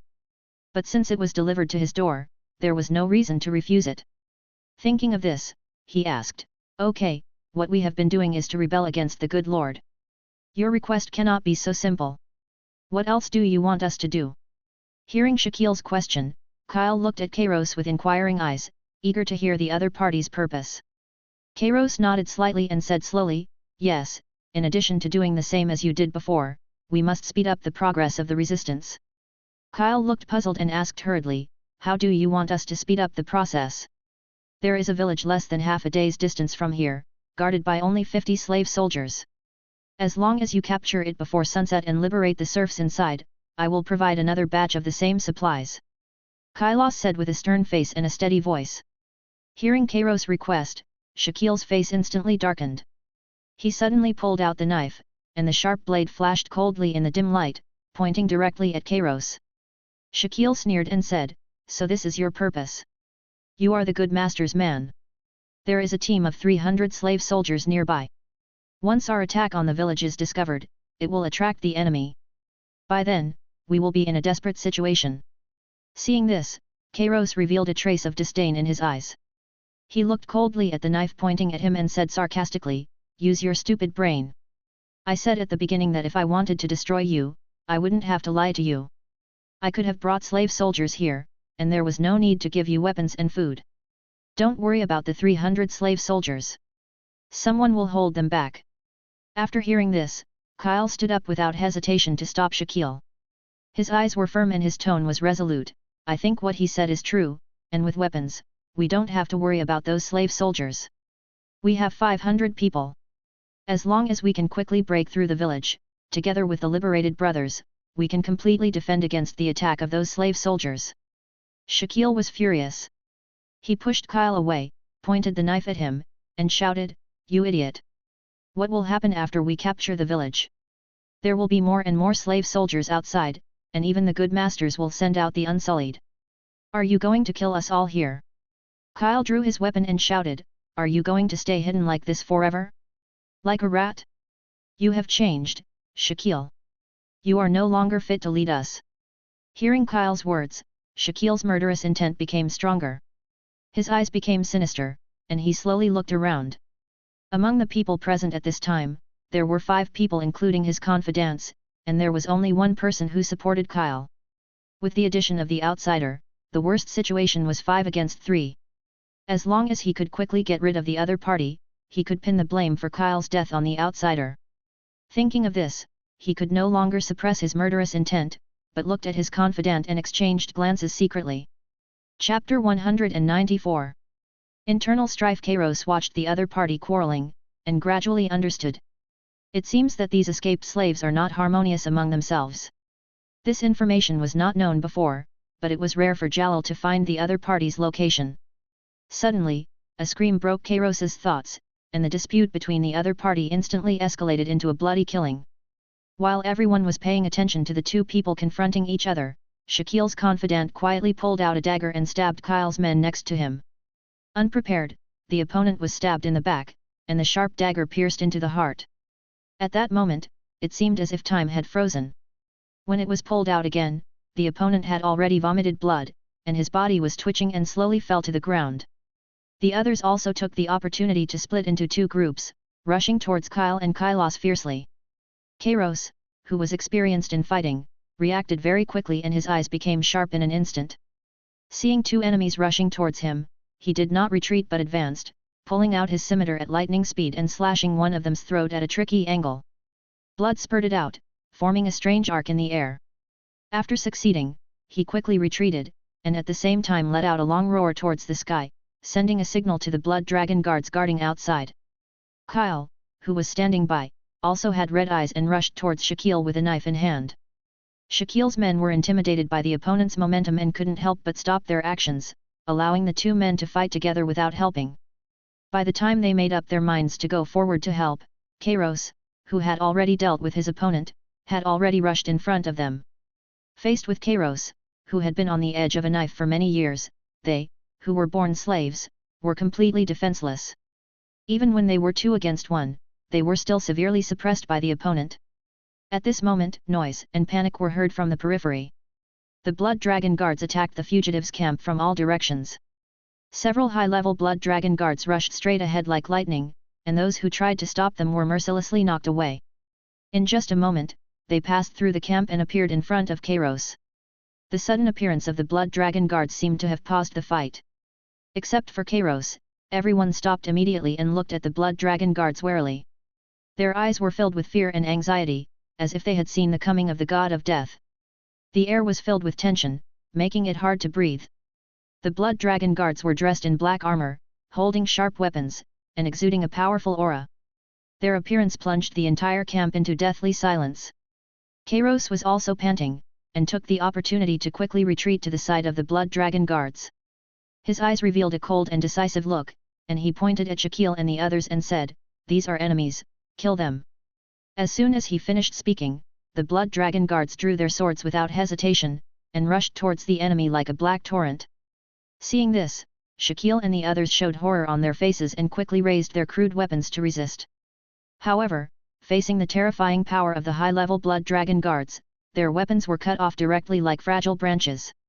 The blood dragon guards' long swords continued to attack and slashed at their bodies with fierce momentum. Kyle looked at the bloody scene in front of him, and a complex emotion surged in his heart. He couldn't help but tighten his weapon in his hand, his eyes full of vigilance and hesitation. Seeing this from a distance, Kairos said, "My previous proposal is still valid. These people will block the 300 slave soldiers for you." Hearing this, Kyle slowly put down his raised weapon. He first looked at the blood dragon guards, then at Kairos, and asked, "Who are you?" Kairos smiled mysteriously upon hearing this and said, "My name is Kairos. As for them, we will know based on your performance. The supplies are in the valley east of your camp. Remember to capture the village before sunset to get other supplies as a reward." He then called the blood dragon guards to quickly walk out of the camp. The blood dragon guards who had previously attacked the camp also quickly withdrew, leaving behind only a group of fugitives with panicked and confused faces. They stood there, watching the blood dragon guards leave, their hearts filled with anxiety and confusion. After leaving the camp, Kairos followed the blood dragon guards and headed east quickly. After a while, he came to a mountain. In the distance, he saw Gavin. The other person stood on the top of the mountain, staring down, as if thinking about some decision. Kairos trotted forward, bowed and said, "Your Majesty, there was a small accident. There was an internal conflict among the escaped slaves, but it has been settled." Then Kairos followed Gavin's gaze and looked down, and saw a small camp standing in a leeward place in the COL. Several teams of slave soldiers were patrolling, and they were the 300 slave soldiers that Shaquille had mentioned before. Gavin stared at the camp below, not looking at him, and said, "It doesn't matter. Jalal has already negotiated with the other 3 bandits. Do you think the escaped slaves will agree?" After thinking for a while, Kairos said, "It shouldn't be a problem. The remaining leader of the other side is very positive about our proposal." Gavin nodded slightly and said, "Then let's help him solve his problem." As soon as he finished speaking, the blood dragon guards drew their weapons again, emitting a fierce murderous aura, and rushed down the mountain quickly like a black storm. Kailos also looked down and saw the blood dragon guards rushing towards the camp like tigers descending from the mountains. Faced with the sudden attack, the slave soldiers who were patrolling the camp fell into panic in an instant. As the blood dragon guards swung their weapons, some slave soldiers were knocked down instantly, and the ground was stained red with blood. Several officers who heard the noise tried to organize resistance, but under the powerful offensive of the blood dragon guards, they were quickly defeated, and some slave soldiers even fled in all directions. Kairos said in a deep voice, "Your Majesty, the number of blood dragon guards is too small. Even if they can fight 10 people at once, it will be difficult to wipe out the enemy completely."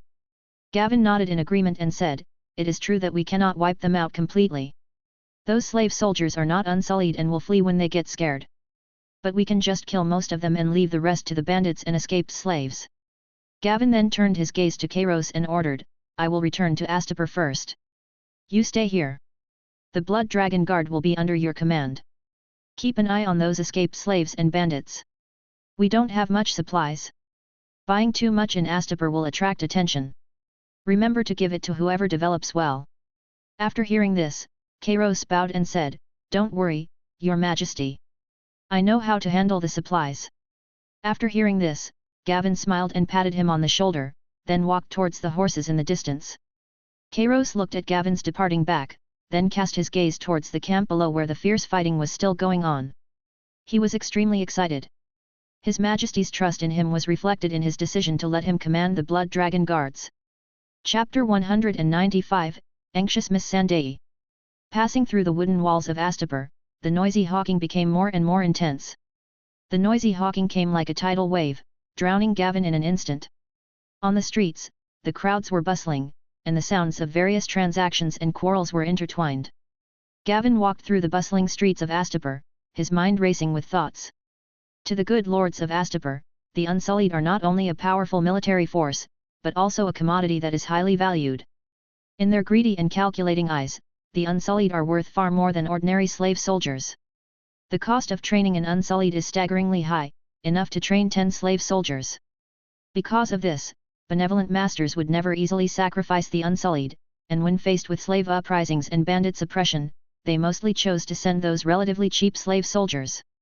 Gavin knew very well that only by launching a slave uprising that would shake and overthrow Astapor could this situation be broken and all the Unsullied be brought under one whip. Now, he has spread the seeds of rebellion. As for what kind of prairie fire it will ignite, all he can do is wait quietly, like a patient fisherman waiting for the fish to bite. Gavin walked steadily forward while thinking about his carefully planned plan. Unconsciously, he arrived outside the hotel. Jalal, who had been waiting here for a long time, saw Gavin from afar, as if he saw the dawn of hope. He hurried forward, bowing respectfully and quickly. Just as he was about to say something, Gavin waved his hand and motioned for him to go inside. As soon as Gavin and Jalal entered the room, Jalal quickly took out a letter. Jalal said respectfully, "Your Majesty, Lord Boris sent a message from the Stepstones." The letter said that his negotiations with the Dornish envoys were not going well and the two sides parted unhappily. The Dornish side tried to block the waterway, but Commander Hassan led a fleet to destroy their 14 warships. Currently, the Dornish have withdrawn all their naval forces to the Broken Arm area. Gavin took the letter and read it carefully word by word with a focused and serious look in his eyes. Then, he put down the letter, his eyes revealing a thoughtful look, and said to Jalal, "Send a message to Boris, the conflict with Dorne is limited to the sea, do not land for the time being, and let the Imperial Council decide the rest of the situation." Jalal obeyed, then carefully took out a piece of paper, handed it to Gavin respectfully, and said, "Your Majesty, this is the situation of the Temple of the Thousand-Faced God that Maester Qyburn ordered a long time ago. Now we have a summary. In addition to the House of Black and White that you burnt down in Bravus, there are 5 temples dedicated to the Thousand-Faced God in Essos. There is also one in Slavers Bay, which is located in Yunkai, but the temple is very small and there are not many believers." Gavin took the parchment and glanced at it briefly. In addition to the known cities of Mir, Volantis, and Yunkai, Norvos and Kohor each have one. Among them, the temples in Kohor and Volantis are the largest, and have some believers in the local area. As for whether there are faceless men, no intelligence has been found. Looking at the contents on the paper, Gavin's murderous intent surged like a raging wave, and the strong murderous intent seemed to freeze the air around him. So what if it was God? Since he knew the location of the other party's temple, he had to destroy it no matter what. This was his decision long ago. However, the Temple of Volantis was located in its city, so Gavin did not dare to go there rashly, and Mir could not find the exact location, so he had to put it on hold for the time being. Now a mountain has been found in Yunkai, and Gavin will not hesitate to take any meat that comes to his eyes, no matter how big or small it is. It just so happens that Gavin plans to capture Yunkai after taking Astapur. After putting the paper away, Gavin said in a deep voice, "Send someone to keep an eye on the temple in Yunkai, check how many monks and believers there are, and record the people who come in and out every day. When we get to Yunkai, don't let any of them go." His voice seemed to carry endless chill and murderous intent. Seeing this, Jalal couldn't help but feel a little nervous.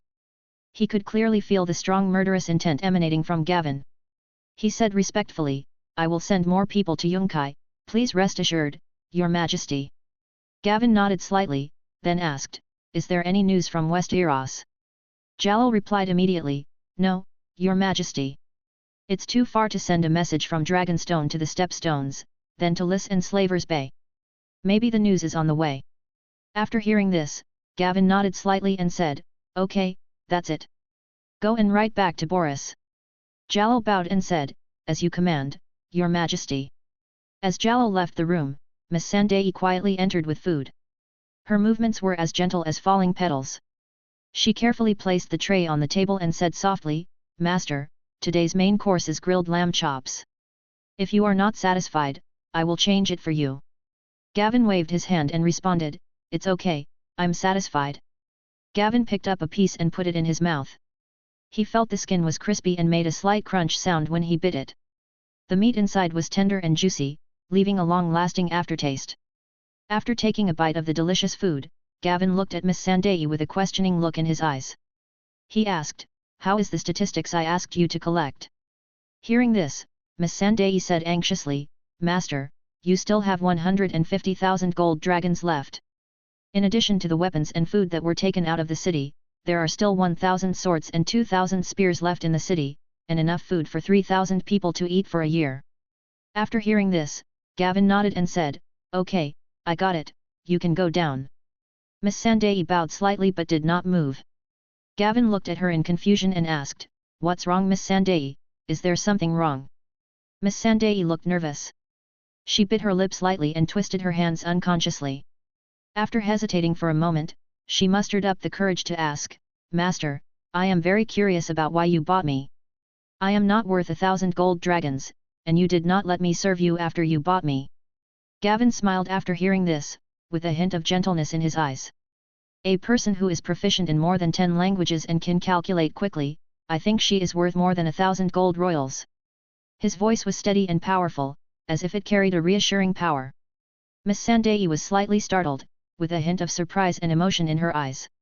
She had never thought that her value would be recognized in this way, and a warm current surged in her heart. The warm current was like the spring sunshine, warming her soul. The nervous mood gradually dissipated, replaced by a kind of firmness and loyalty. She bowed slightly again and said, "Thank you for your appreciation, Master. I will try my best to do my job well." Then she slowly stepped out and the room returned to silence. Gavin looked at her leaving back, thinking about something. After these few days of contact, he found that Miss Sandai had an extraordinary memory and could remember all the accounts just by taking a look at them. Originally, he wanted to send her to Daenerys as a maid, but now Gavin thinks it would be nice to keep her by her side as a secretary. Chapter 196. Situation. Time passed quietly, and Gavin had stayed in Astapur for more than a month. Today, the war outside Astapur is raging, and the situation is in chaos. With the help of material aid and the Blood Dragon Guards, the fugitives and bandits who were once suppressed are like wild beasts that have escaped from their cages, and they have grown rapidly in a short period of time. Afterwards, they attacked one village after another with unstoppable force, killed the good masters inside, liberated the imprisoned slaves, and called themselves the rebels under the banner of "Kill all the good masters and liberate the slaves." Faced with the rebels' butcher knives, the once benevolent rulers' rule outside the city completely collapsed at this moment. Many slaves who learned the news escaped and joined the resistance, causing their power to snowball. The number of slaves in the uprising once reached 50,000, until they successfully captured a town not long ago. After the news reached Astapur, the benevolent leaders in the city fell into extreme panic and confusion. They did not understand why the riot, which was about to be extinguished, was now intensifying. Later, the countless benevolent leaders who fled to the city for refuge made them fully understand the seriousness of the matter. So, in the most magnificent pyramid in Astapur, countless nobles and benevolent leaders gathered here, and an emergency meeting was being held. In the luxurious yet tense palace, Krasny, who was sitting at the top seat, had a gloomy face. He was the current ruler of Astapor, and now that the slave rebellion happened during his reign, he could not shirk his responsibility at all. Moreover, the scale of the riot was unprecedented, and many benefactors suffered losses. Some ordinary benefactors were fine, but the key was those benefactors with noble status, who might even need compensation from their Necros family. Krasny looked around and saw that all the nobles had gathered. He stood up and said loudly, "Everyone, some of you may know the situation outside the city, and some of you may not. Now, those lowly slaves have grown to a considerable scale in just over a month. They constantly attack our villages, plunder supplies, kill good masters, and even broke through the town of Sanskar not long ago, killing all the good masters in the city. Now these rioting slaves have threatened Astapor. If they are not curbed, the consequences will be disastrous." As soon as these words were spoken, there was an uproar in the conference room and everyone was whispering to each other. A young benefactor dressed in gorgeous robes and with an arrogant face frowned and questioned, "Isn't it just a slave riot? Those slaves are capable of attacking the city." Another elderly benefactor responded, "It's true. All my properties in Sandmark town were lost. Besides, the town's walls were not very high, and there wasn't much defense, so it was normal for them to be breached." The young master asked in confusion, "How come I heard that the riot was suppressed before? Did my servant lie to me?" Hearing his question, the old good master nodded with a worried look on his face and said, "I heard that too. It's really strange. Those slaves suddenly became different. I heard that the slave soldiers outside the city suffered heavy losses." At this moment, a fat, ferocious-looking man slammed the table and stood up. The good masters all fell silent upon seeing this. The man who stood up was called Grasdanmo Urho, the patriarch of the Urho family. His Urho family and Necros family are both GI's noble families with a history of thousands of years, and the names of family members all contain the honorable title Mo. The two families have a high status and influence in the political system of Astapor. They have always taken turns to govern and manage Astapor, and Grasdan Morho is the confirmed next ruler. Grasdan stared at Krasny coldly and shouted angrily, "It's all because of your poor governance. These slaves have taken advantage of the situation. Look at the current situation, it's a mess, you are absolutely to blame." Another good master who had a good relationship with him also echoed, "That's right, you should have taken measures against these escaped slaves at the first time, instead of letting them grow stronger. You are irresponsible to our Astapor." Facing these accusations, Krasny Monocrosa's face became more and more ugly, but he just couldn't refute it.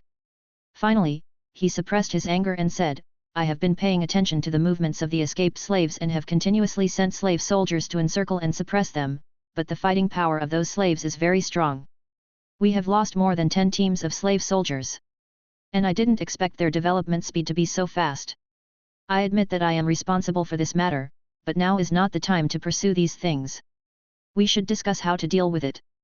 As soon as Krasny finished speaking, the Kamarail clan leader stood up and said, "Everyone, calm down. This is not Krasny's fault. Every year there are slave riots outside Astapor. This is not uncommon because there will always be restless slaves. This is why we built the punishment square. What surprises me is that the scale of this incident is really too large. It seems that all the escaped slaves suddenly rose up overnight without any signs. Most importantly, all the bandits and escaped slaves started to act at the same time. We must find out if there is any conspiracy behind this. I suspect someone is supporting them from behind," said another good leader, "otherwise they wouldn't have been able to organize such a large team in such a short time. Perhaps other city-states want to take this opportunity to weaken our power. Whether there is a conspiracy or not, we can't just sit there and do nothing." Krasny said loudly, "I suggest sending out the Unsullied to teach those escaped slaves a lesson." But then, his proposal was immediately opposed by everyone. "It's just a slave uprising, there's no need to use the Unsullied. It takes too long to train the Unsullied. It's not worth losing any of them. There are still so many slave soldiers. I only have over 100 Unsullied. It would be a huge loss if I lost any of them." Grasdan stood up again and shouted angrily, "Krasny, don't think I don't know that you have already sold your Unsullied. Your proposal is to let everyone pay for your stupidity." Krasny's expression became even uglier when he heard this. He loudly retorted, "That was a normal transaction, and I sold the Unsullied more than a month ago." Grasdan sneered and said, How ridiculous! You sold your Unsullied. No matter how you quell this rebellion, you won't lose anything. After a pause, he looked at everyone and said, although the number of escaped slaves is not small, they are divided into many forces, the largest of which has no more than 5,000 people. Moreover, these slaves have never been trained, so an army of the same size can defeat them one by one. I propose that we gather the slave soldiers stationed in the northern towns and villages, so that we can form an army of 5,000 people to suppress the riot. Chapter 197. Fruit. However, Grazdan's proposal was also opposed by some good lords. A tall and thin benefactor frowned and said, the north is the only region that has not been affected at present. Once we extract the slave soldiers there, those slaves may escape. Even those escaped slaves may cause riots in the north, thus bringing chaos to the north. The meeting fell into a stalemate for a while, everyone was silent, and the atmosphere became extremely depressing. At this time, the head of the Ail family stood up and said, I have a suggestion.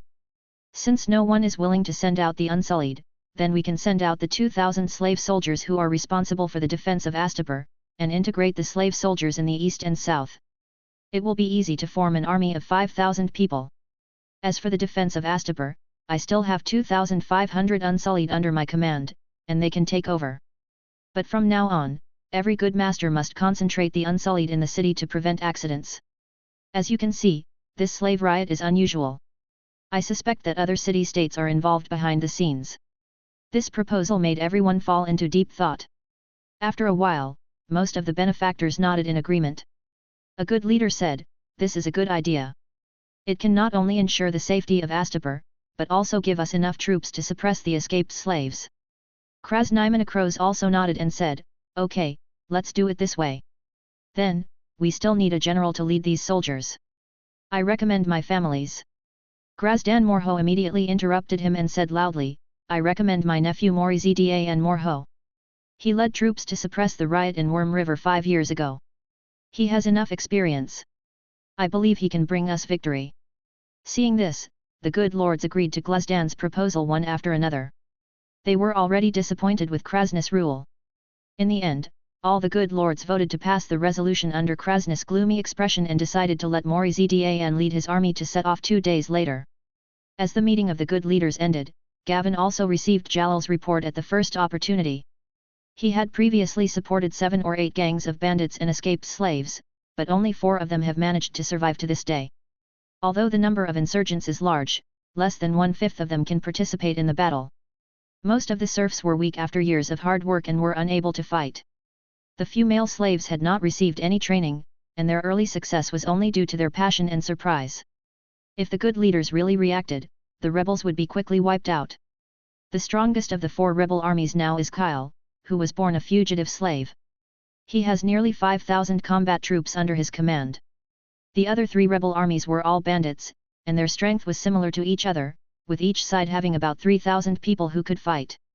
Gavin knew very well that with Morizdan leading his troops out of the city, coupled with the defeated soldiers who were gathering one after another, the size of the rebellion suppression army was likely to reach 5,000 people, and the slave soldiers were all trained and equipped with armor. This is undoubtedly a huge threat to the currently relatively loose rebel forces outside the city. And with the rise of the rebels, Gavin's control over them had long since declined.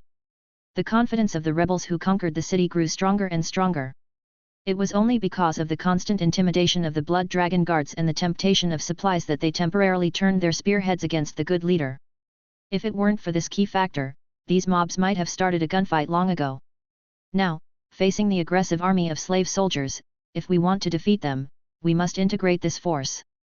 Gavin made a quick decision and ordered someone to send a letter to Kairos, informing him of the situation in Astapor and asking him to gather all the rebel leaders. Gavin decided to meet with the top leaders of the rebel army. The fruits that had been planted were ripe and could be picked and tasted. 2 days later, the leaders of the 4 rebel armies gathered in a spacious but slightly simple tent. The place was filled with a mixed smell of sweat and dust. The atmosphere seemed pleasant but was actually chaotic. Not long ago, 3 rebel armies that were originally bandits joined forces to break through the town of Shehen. In addition to plundering countless people and food, they also obtained a lot of wealth. In the past few days, they used exquisite glass cups, wore silk clothes, and even hugged the beautiful concubine of the good master and lived in the luxurious mansion where the other party once lived. Knowing that Kairos had gathered them here, they couldn't help but feel excited, because every time they achieved certain results, the other party would reward them with a large amount of supplies. Although they don't value these supplies so much now, there is no reason to refuse something given for free, and there is no telling what actions may be taken next. They have already deeply realized the benefits of breaking through the town. Kyle, who was sitting in the seat, looked at the others with disgust. They were famous bandits in the area before, wantonly looting passing caravans, and even enslaving others like the good master. Moreover, Kyle heard that whenever they broke into a village, they would burn, kill, rob, and commit all kinds of evil. Regardless of whether the freed slaves were willing or not, they would force them into the army. In battle, they never cared about the lives of the slaves, and often used them as bait to attract the minions of the good master.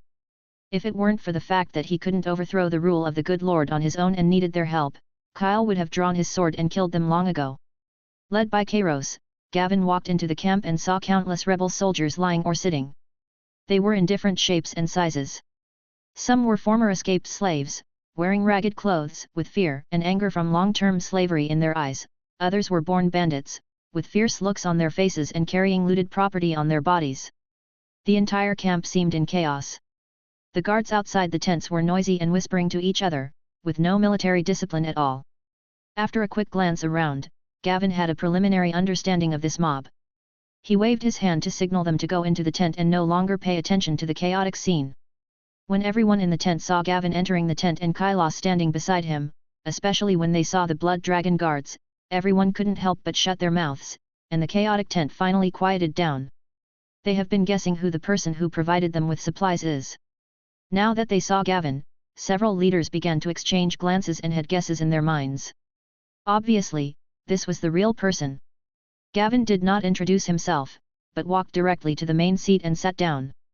Then Kairos took the initiative to stand up and said to everyone, "Everyone, I gathered you here today because the rebels are now facing a serious crisis." Chapter 198. The Leaders of the Rebellion. As Kairos finished speaking, the tent suddenly became chaotic and everyone started whispering to each other. Everyone had different expressions, some looked confused, while others were full of suspicion. A burly, bearded bandit leader was the first to shout, "Humph, you are just exaggerating. We are on the rise now, and we have liberated 50,000 slaves. How can there be any serious crisis?" Another thin man with cunning eyes echoed, "That's right. Now those minions of the good master stay away from us when they see us." However, some people looked thoughtful. Among them, Kyle frowned and asked in a deep voice, "Mr. Kairos, what happened?" Everyone's eyes were focused on Kairos again. A chief with a rough face asked loudly, "Isn't the guy behind you going to stand up and introduce himself?" Another chief followed up with a question, "Yes, I guess he is the one who helped us. To be honest, we don't know him yet." Gavin ignored it and just sat there calmly with his eyes closed.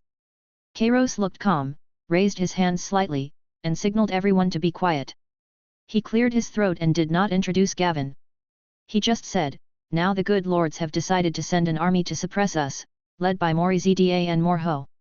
This army has about 5,000 people. Although they are not unsullied, they are all trained slave soldiers and well equipped. Although we have the advantage in numbers, most of us are untrained. In the past, we relied on numbers to deal with a small team of a few hundred people, but now we are facing a legion of 5,000 people. We must be prepared in advance, otherwise we will never be their opponent." As soon as these words came out, the tent was once again filled with noise. Some people began to worry, whispering to each other about how to deal with the situation. Others were full of confidence, thinking that Kairos was exaggerating. Kyle stared at Kairos and asked, "Are you telling the truth? When will the army of the Lord of Good arrive here?" Kairos nodded solemnly and said, "The information I received is absolutely reliable. The army has left the city and is heading towards Sanskar town. It is expected to arrive there in 2 days." Kyle thought for a moment and stood up. He looked at everyone with a firm gaze and said loudly, "Although the army of the good Lord has only 5,000 people, their equipment and training are much better than ours. Even if we have the advantage in numbers, I am afraid that we will suffer heavy casualties in a head-on confrontation. Even if we win, it will be difficult to wipe out the enemy. I suggest that the rebels abandon Sandmark town and instead besiege Linhe town on the east bank of the Worm River to lure the enemy over. It is a hilly area there, which is convenient for us to hide our forces. After the slave soldiers cross the river, we only need to dismantle the wooden bridge to prevent the enemy from escaping. Several bandit leaders shook their heads. One of the leaders with a face full of flesh retorted, "No, a field battle is too dangerous. We should go back to defend Shehen town to prevent the enemy from taking it. There are towns and supplies that we have obtained with great difficulty. We can't just give up like this." Another bandit leader also echoed, "Yes, Sandmark town is our foundation, and we cannot let the army of the good Lord take it away. We should concentrate our strength to defend Sandmark town, and then look for opportunities to fight back."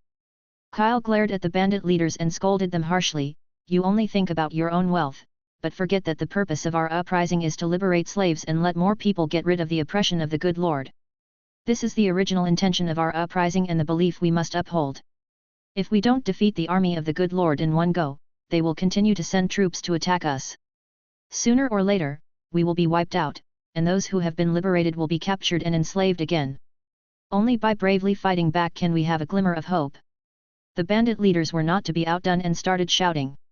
"It's easy for you to say that. If we lose the town, how can we fight against the good master in the future? With the wall of Sandmark town as our support, we can take our time." One of the leaders shouted at the top of his voice, his face full of dissatisfaction. "Yes. We can't pin all our hopes on one battle." Another leader echoed, his eyes revealing his dissatisfaction with Kyle's proposal. The two sides each insisted on their own opinions and the argument continued, causing the tent to become very noisy. Gavin sat on the main seat, watching them quarrel quietly, thinking to himself, "The three bandits are obviously unreliable. They have just achieved some success and are intoxicated with pleasure. They are dreaming of preserving their current wealth. Moreover, they are arrogant and out of control. If they don't listen to me later, they will be dealt with." As for Kale, although he has some ability, he is stubborn and a bit idealistic. He may not submit to me in the future, and may become an obstacle to my rule of Astapor. However, his attitude towards the good master can be used for the time being. Gavin does not plan to abolish slavery in Astapor in the short term. The land here is barren and is not enough to feed the population. Even building factories cannot solve the problem in a short time. He can only follow Reese's model and let the slaves exchange their merits for freedom. The idealistic Kyle will definitely not agree, and he already has prestige among the slaves, who may even start a rebellion. Just as Gavin was thinking, the leader with a fierce face slammed the table, stood up and roared, "If you don't agree, we will split up our forces. No matter what, I want to go back to Fang Shehen town." His face was full of anger, like an enraged beast. "Yes. That's right. We can divide our forces. With the city wall, we can defend Shehen town." Another leader echoed, with determination in his eyes. Seeing this, Kyle glared at the other party and said, "Our only advantage is our numbers. Once we divide our forces, we will be defeated one by the good leader, and you may not be able to defend Shehen town by yourself." His eyes were full of worry, knowing that the consequences of dividing the forces would be disastrous. At this time, the bandit leader impatiently drew his sword, pointed it at Kyle and said viciously, "You are right. We may not be able to hold the city with our troops alone, but we can with your troops. I heard that you already have 5,000 men under your command. Why don't you hand them over to me today?" Following the bandit leader's actions, his men behind him drew their weapons one after another. The other two bandit leaders looked at each other and slowly retreated, intending to watch from the sidelines. Kyle and the others who were threatened did not show any weakness. They immediately stood up, drew their swords, and confronted them with their weapons pointed at them. The atmosphere in the tent suddenly became tense, as if a spark could cause an explosion. Everyone's eyes were focused on Kyle and the bandit leader. Chapter 199. Cleaning and Siege. When Gavin saw this, an idea flashed through his mind, and a high-level blood dragon guard rushed out towards the leader with the sword raised like lightning. The opponent instinctively aimed his sword at the blood dragon guard. With a swish sound, the sharp sword, with the help of the blood dragon guard's impact force, directly pierced his body. Then people exclaimed. The blood dragon guard seemed to be uninjured and instantly grabbed the opponent's sword-holding hand and trapped it. Then, he pulled out the sword as if unconsciously. The strange thing is that no blood came out of the wound. In the opponent's astonished eyes, the blood dragon guard quickly stretched out his other hand, grabbed the opponent's neck, and slowly lifted him up. Click! Along with the sound of breaking bones, the leader who had been so arrogant just now lost his breath. With the sound of corpses falling to the ground, the blood dragon guards who had been standing still nearby immediately drew their weapons and aimed at everyone in the tent. This situation made everyone's heart tighten. Everyone held their breath involuntarily and looked at the scene in horror. I provide you with supplies so that you can rebel against the good master, but you seem to have misunderstood my meaning. Accepting my things means you have agreed to my conditions, so don't think about retreating or defending. If anyone dares to violate the agreement next, I don't need you to return the supplies. Just let them suffer the same fate as that person.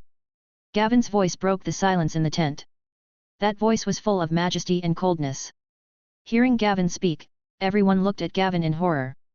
Faced with such a blatant threat, no one in the tent dared to refute it, as they knew very well that the other party was not just talking. This man had not spoken a word since entering the tent, and his first voice resulted in the death of a leader. Especially those red-eyed monsters were so terrifying that even a sharp blade piercing their hearts could not kill them. Many people present had witnessed the horror of the blood dragon guards before. A team of dozens of people dared to attack 300 slave soldiers and easily defeated the enemy. It's just that the blood dragon guards at that time were all wearing armor, and people simply thought that the blood dragon guards were powerful and did not associate them with monsters. Kairos glanced at everyone, stood up and said coldly, "Let's start discussing tactics now. Anyone who dares to talk about topics unrelated to tactics will not have to leave the tent." Kyle spoke first. He pointed at the map and said, "According to my suggestion, we will lure the enemy to the east bank of the Worm River and use the terrain there to annihilate them. Does anyone have any other opinions?" "Agree. I think this will work." "I agree." Seeing this, everyone expressed their agreement. Anyone with a discerning eye could see that the mysterious man supported Kyle's proposal. With the body on the ground, who would dare to raise any objections? Finally, Kairos clapped his hands to signal everyone to be quiet, and said, "Now that the decision has been made, everyone should march to Linhe town immediately."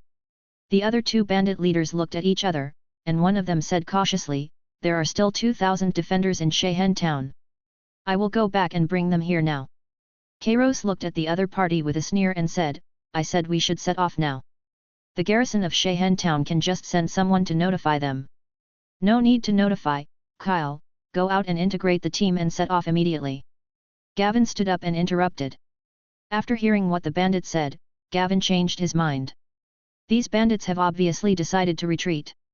Keeping them around will be of no benefit to the subsequent battle. Once they leave, they will inevitably take others to escape, and the rebel army may then fall apart. It's better to clean it up now. With Kyle around, we can control the rebels. After hearing Gavin's words, Kyle felt a little confused and didn't quite understand the other party's intention. Would the integrated team allow him to control the other rebels? After hesitating for only a moment, Kyle nodded and led his men out of the tent. The rest of the people in the tent were bewildered, wanting to leave together but not daring to act rashly. They looked at each other, waiting for others to make the first move. As Kyle's men left the tent, Gavin looked at the puzzled Kairos and said, "Take a few reliable men to Sandon town and bring the garrison there to Linhe town. Those who are unwilling to leave don't need to be taken care of. Leave it to the good master to deal with." Kairos immediately responded, "I understand, sir. I will go now." The robbers who heard the conversation couldn't help but break out in a cold sweat, and some even looked at the door, wondering if they could escape. But after seeing several blood dragon guards standing at the door, he gave up the idea. Then Gavin ignored everyone and walked out of the tent, followed closely by Kailos. As soon as the two men stepped out of the tent, the sound of sharp blades chopped was heard from inside the tent. Then the inside seemed to be in extreme chaos, with screams and roars constantly heard. Kyle, who was not far away, also heard the noise, and a hint of displeasure flashed in his eyes. Although he also wanted to kill those bandits, he hated Gavin's condescending attitude even more. Thinking of his experiences during this period, he finally chose to be patient. Now the most important thing is to control the rebels. Only by controlling the army can we continue to complete the cause of liberating slaves and overthrowing the good master. It only took Kyle half a day to control most of the rebels. Although some bandits chose to escape, the final strength of the army still reached 10,000. Just as Kyle was about to leave, he received the news that Gavin and others had left. He frowned slightly, but ignored it. Instead, he immediately devoted all his energy to organizing the rebels. With a determined look in his eyes and a stern face, he loudly gave orders to his men. Everyone, speed up and head towards the Worm River. Kyle's voice was loud and powerful, echoing among the crowd. 2 days later, outside Linhe town. Kyle was struggling to command the rebel army composed of slaves and bandits to form a battle array, and after much difficulty he managed to organize some formations. Upon hearing the news, the city defense officer Damajni Erdaz rushed to the city wall as soon as possible. After seeing the rebels lined up outside the city, his originally stern face was instantly covered with gloom. The number of these slaves was probably 10,000, but he only had 1,000 slave soldiers. With such a huge gap in numbers, even if he defended the city, he was not sure he could hold out until the reinforcements arrived. He stared at the rebels under the city, quickly thinking of a countermeasure in his mind. The consul had an unsullied guard of 100 people, plus the guards of several other benevolent lords and their servants. There were about 500 people. Although the force was still not enough, it was better than nothing. Thinking of this, he called out and immediately ran to report to the consul. With the other party's help, he should be able to borrow people from other benevolent lords. Chapter 200. Chaos in Linhe town. When Damajniki hurried to the consul's palace, the scene before him was one of chaos. There were several carriages parked outside the mansion, and countless slaves were busy loading valuables onto the carriages. Damozini suddenly had a bad premonition in his heart and rushed into the mansion. Sure enough, after entering the courtyard, he saw Archon Zachary Mo Earls directing the servants to pack up. The unsullied guards on the side had already been waiting here fully armed. It was obvious that the other party was planning to escape from here. Damajni was extremely angry when he saw the other party's behavior, but thinking of the noble Mo in the other party's name and the current situation, he finally gritted his teeth, ran to the other party, bowed and said, "Lord Zachary, the rebellious slaves are gathering outside the city, I need your help." Hearing this, Zachary turned around and looked at him, and said hurriedly, "You came at the right time. Quickly organize soldiers for me and escort me back to Astapur." Hearing this, Damajni became even more angry. He suppressed his anger and said, "Lord Zachary, it may not be safe to leave Linhe town. Once we lose the protection of the city wall, we will be eaten alive by those slaves. It is better for us to defend Linhe town and wait for reinforcements. I have received news that the anti-rebellion army led by Mori Zdan has already set out. When they learn about the situation here, they will definitely come to support us." Zachary shook his head and said, "It's too dangerous to stay here. After the slaves broke through the Sandmark town, they killed all the good masters there. Now is a good time to leave before the slaves have time to surround the north gate." Listening to the other party's words, Damajni finally couldn't help but scolded, "Lord Zachary, are you going to abandon Linhe town and run back to Astapur like a dog?" Zachary looked at him in shock at first, as if he couldn't believe that the other party dared to say such humiliating words to him. After a moment, he came to his senses and roared, "Damajni, be careful with your words. I am a noble with the word Mo in my name. If you humiliate a noble, I can hang you. I now order you to send troops to escort me out of the city immediately. I can pretend that what happened today never happened." Damajni sneered at the other party and said, "Zachary, if you want to escape back to Astapur, just go away. Don't even think about asking the army to escort you. They have to stay and guard the city. I will not give Linhe town to those lowly slaves." After that, he ignored the other party and turned away without looking back. Zachary kept shouting from behind, "Stop! Stop! How dare you disobey my order?" As he said that, he angrily smashed several objects around him. Damajniki turned a deaf ear to the call and after joining the guards, he hurried towards the city wall. Since he could not seek help from the consul, he had to go back as soon as possible to prepare for the slave siege. As he hurried forward, his eyes inadvertently swept to both sides of the street. This glance made his heart tremble violently. He discovered that the slaves, who usually were submissive and obedient, now looked at him with eyes completely different from before. There seemed to be some different emotions in those eyes, including expectation, desire, and even a hint of resistance. The arrival of the rebels undoubtedly planted the seeds of hope in the hearts of these slaves, making them begin to look forward to a new possibility. Damajni's heart was instantly filled with uncontrollable rage. In his opinion, slaves were born inferior beings, and they were only worthy of trembling and obeying at his feet. And now, they actually dared to look at him with such eyes, which was a great insult to his noble status. Under the impact of anger, his face instantly turned red, like a ripe apple. The veins on his forehead were clearly visible, like little snakes about to burst. "How dare you, lowly slaves, be so presumptuous?" Demostheni roared in anger. His voice was like thunder, echoing in the silent streets. This roar was not only a rebuke to the slaves, but also a strong protest against the challenge to his authority. The moment he shouted this sentence, he seemed to release all the anger in his heart through this roar. After saying this, he quickly grasped the hilt of the knife at his waist and drew out the knife with lightning speed. With a flash of the knife, he swung it towards the slave closest to him. The slave he hacked to death fell in a pool of blood before he even had time to react. There was no mercy in Demosthene's heart. In his opinion, these slaves must pay a heavy price for their boldness. The guards nearby were shocked by his anger. They stared blankly at the angry Demosthene in front of them. "Kill everyone who dared to raise his head just now!" Demosthene roared. The guards knew Demosthene's temper well, and at this time, they dared not disobey him in the slightest. They quickly responded in unison, "Yes, sir." Then, like hungry wolves pouncing on their prey, they began to chase after the slaves frantically. The slaves were terrified. They had secretly hoped that the rebels would bring about change, but they did not expect that they would be punished so cruelly. Some slaves screamed in despair, their voices full of fear and helplessness, others fled in panic like headless flies. They didn't know where to go, but they knew they had to escape from this terrible place as soon as possible. The streets suddenly fell into chaos, and an atmosphere of fear filled every corner. Outside the city, the rebels barely managed to organize their chaotic ranks thanks to Kyle's efforts. Kyle stood in front of the team, his brows slightly furrowed. At this moment, one of his men came running over and said anxiously, "Lord Kyle, we just received news that a good leader escaped from the north. Should we give chase?" Kyle shook his head slowly and said, "No, no, let them go." The subordinate was confused and asked quickly, "Sir, they are good people, why should we let them go?" Looking at his men's expressions and the whip marks on their bodies, Kyle knew that they could not let go of their hatred for the time being and wanted to kill every good man. After thinking for a while, Kyle patiently explained, "Our goal is to use them to attract the army sent by Astapor.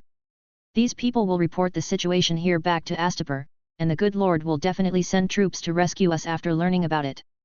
Only when the good Lord's army arrives can we have the opportunity to use the terrain advantage here to annihilate the enemy. If we want to liberate everyone, we can't just see the hatred in front of us, but also consider our long-term goals." After listening to Kyle's explanation, the subordinate nodded thoughtfully.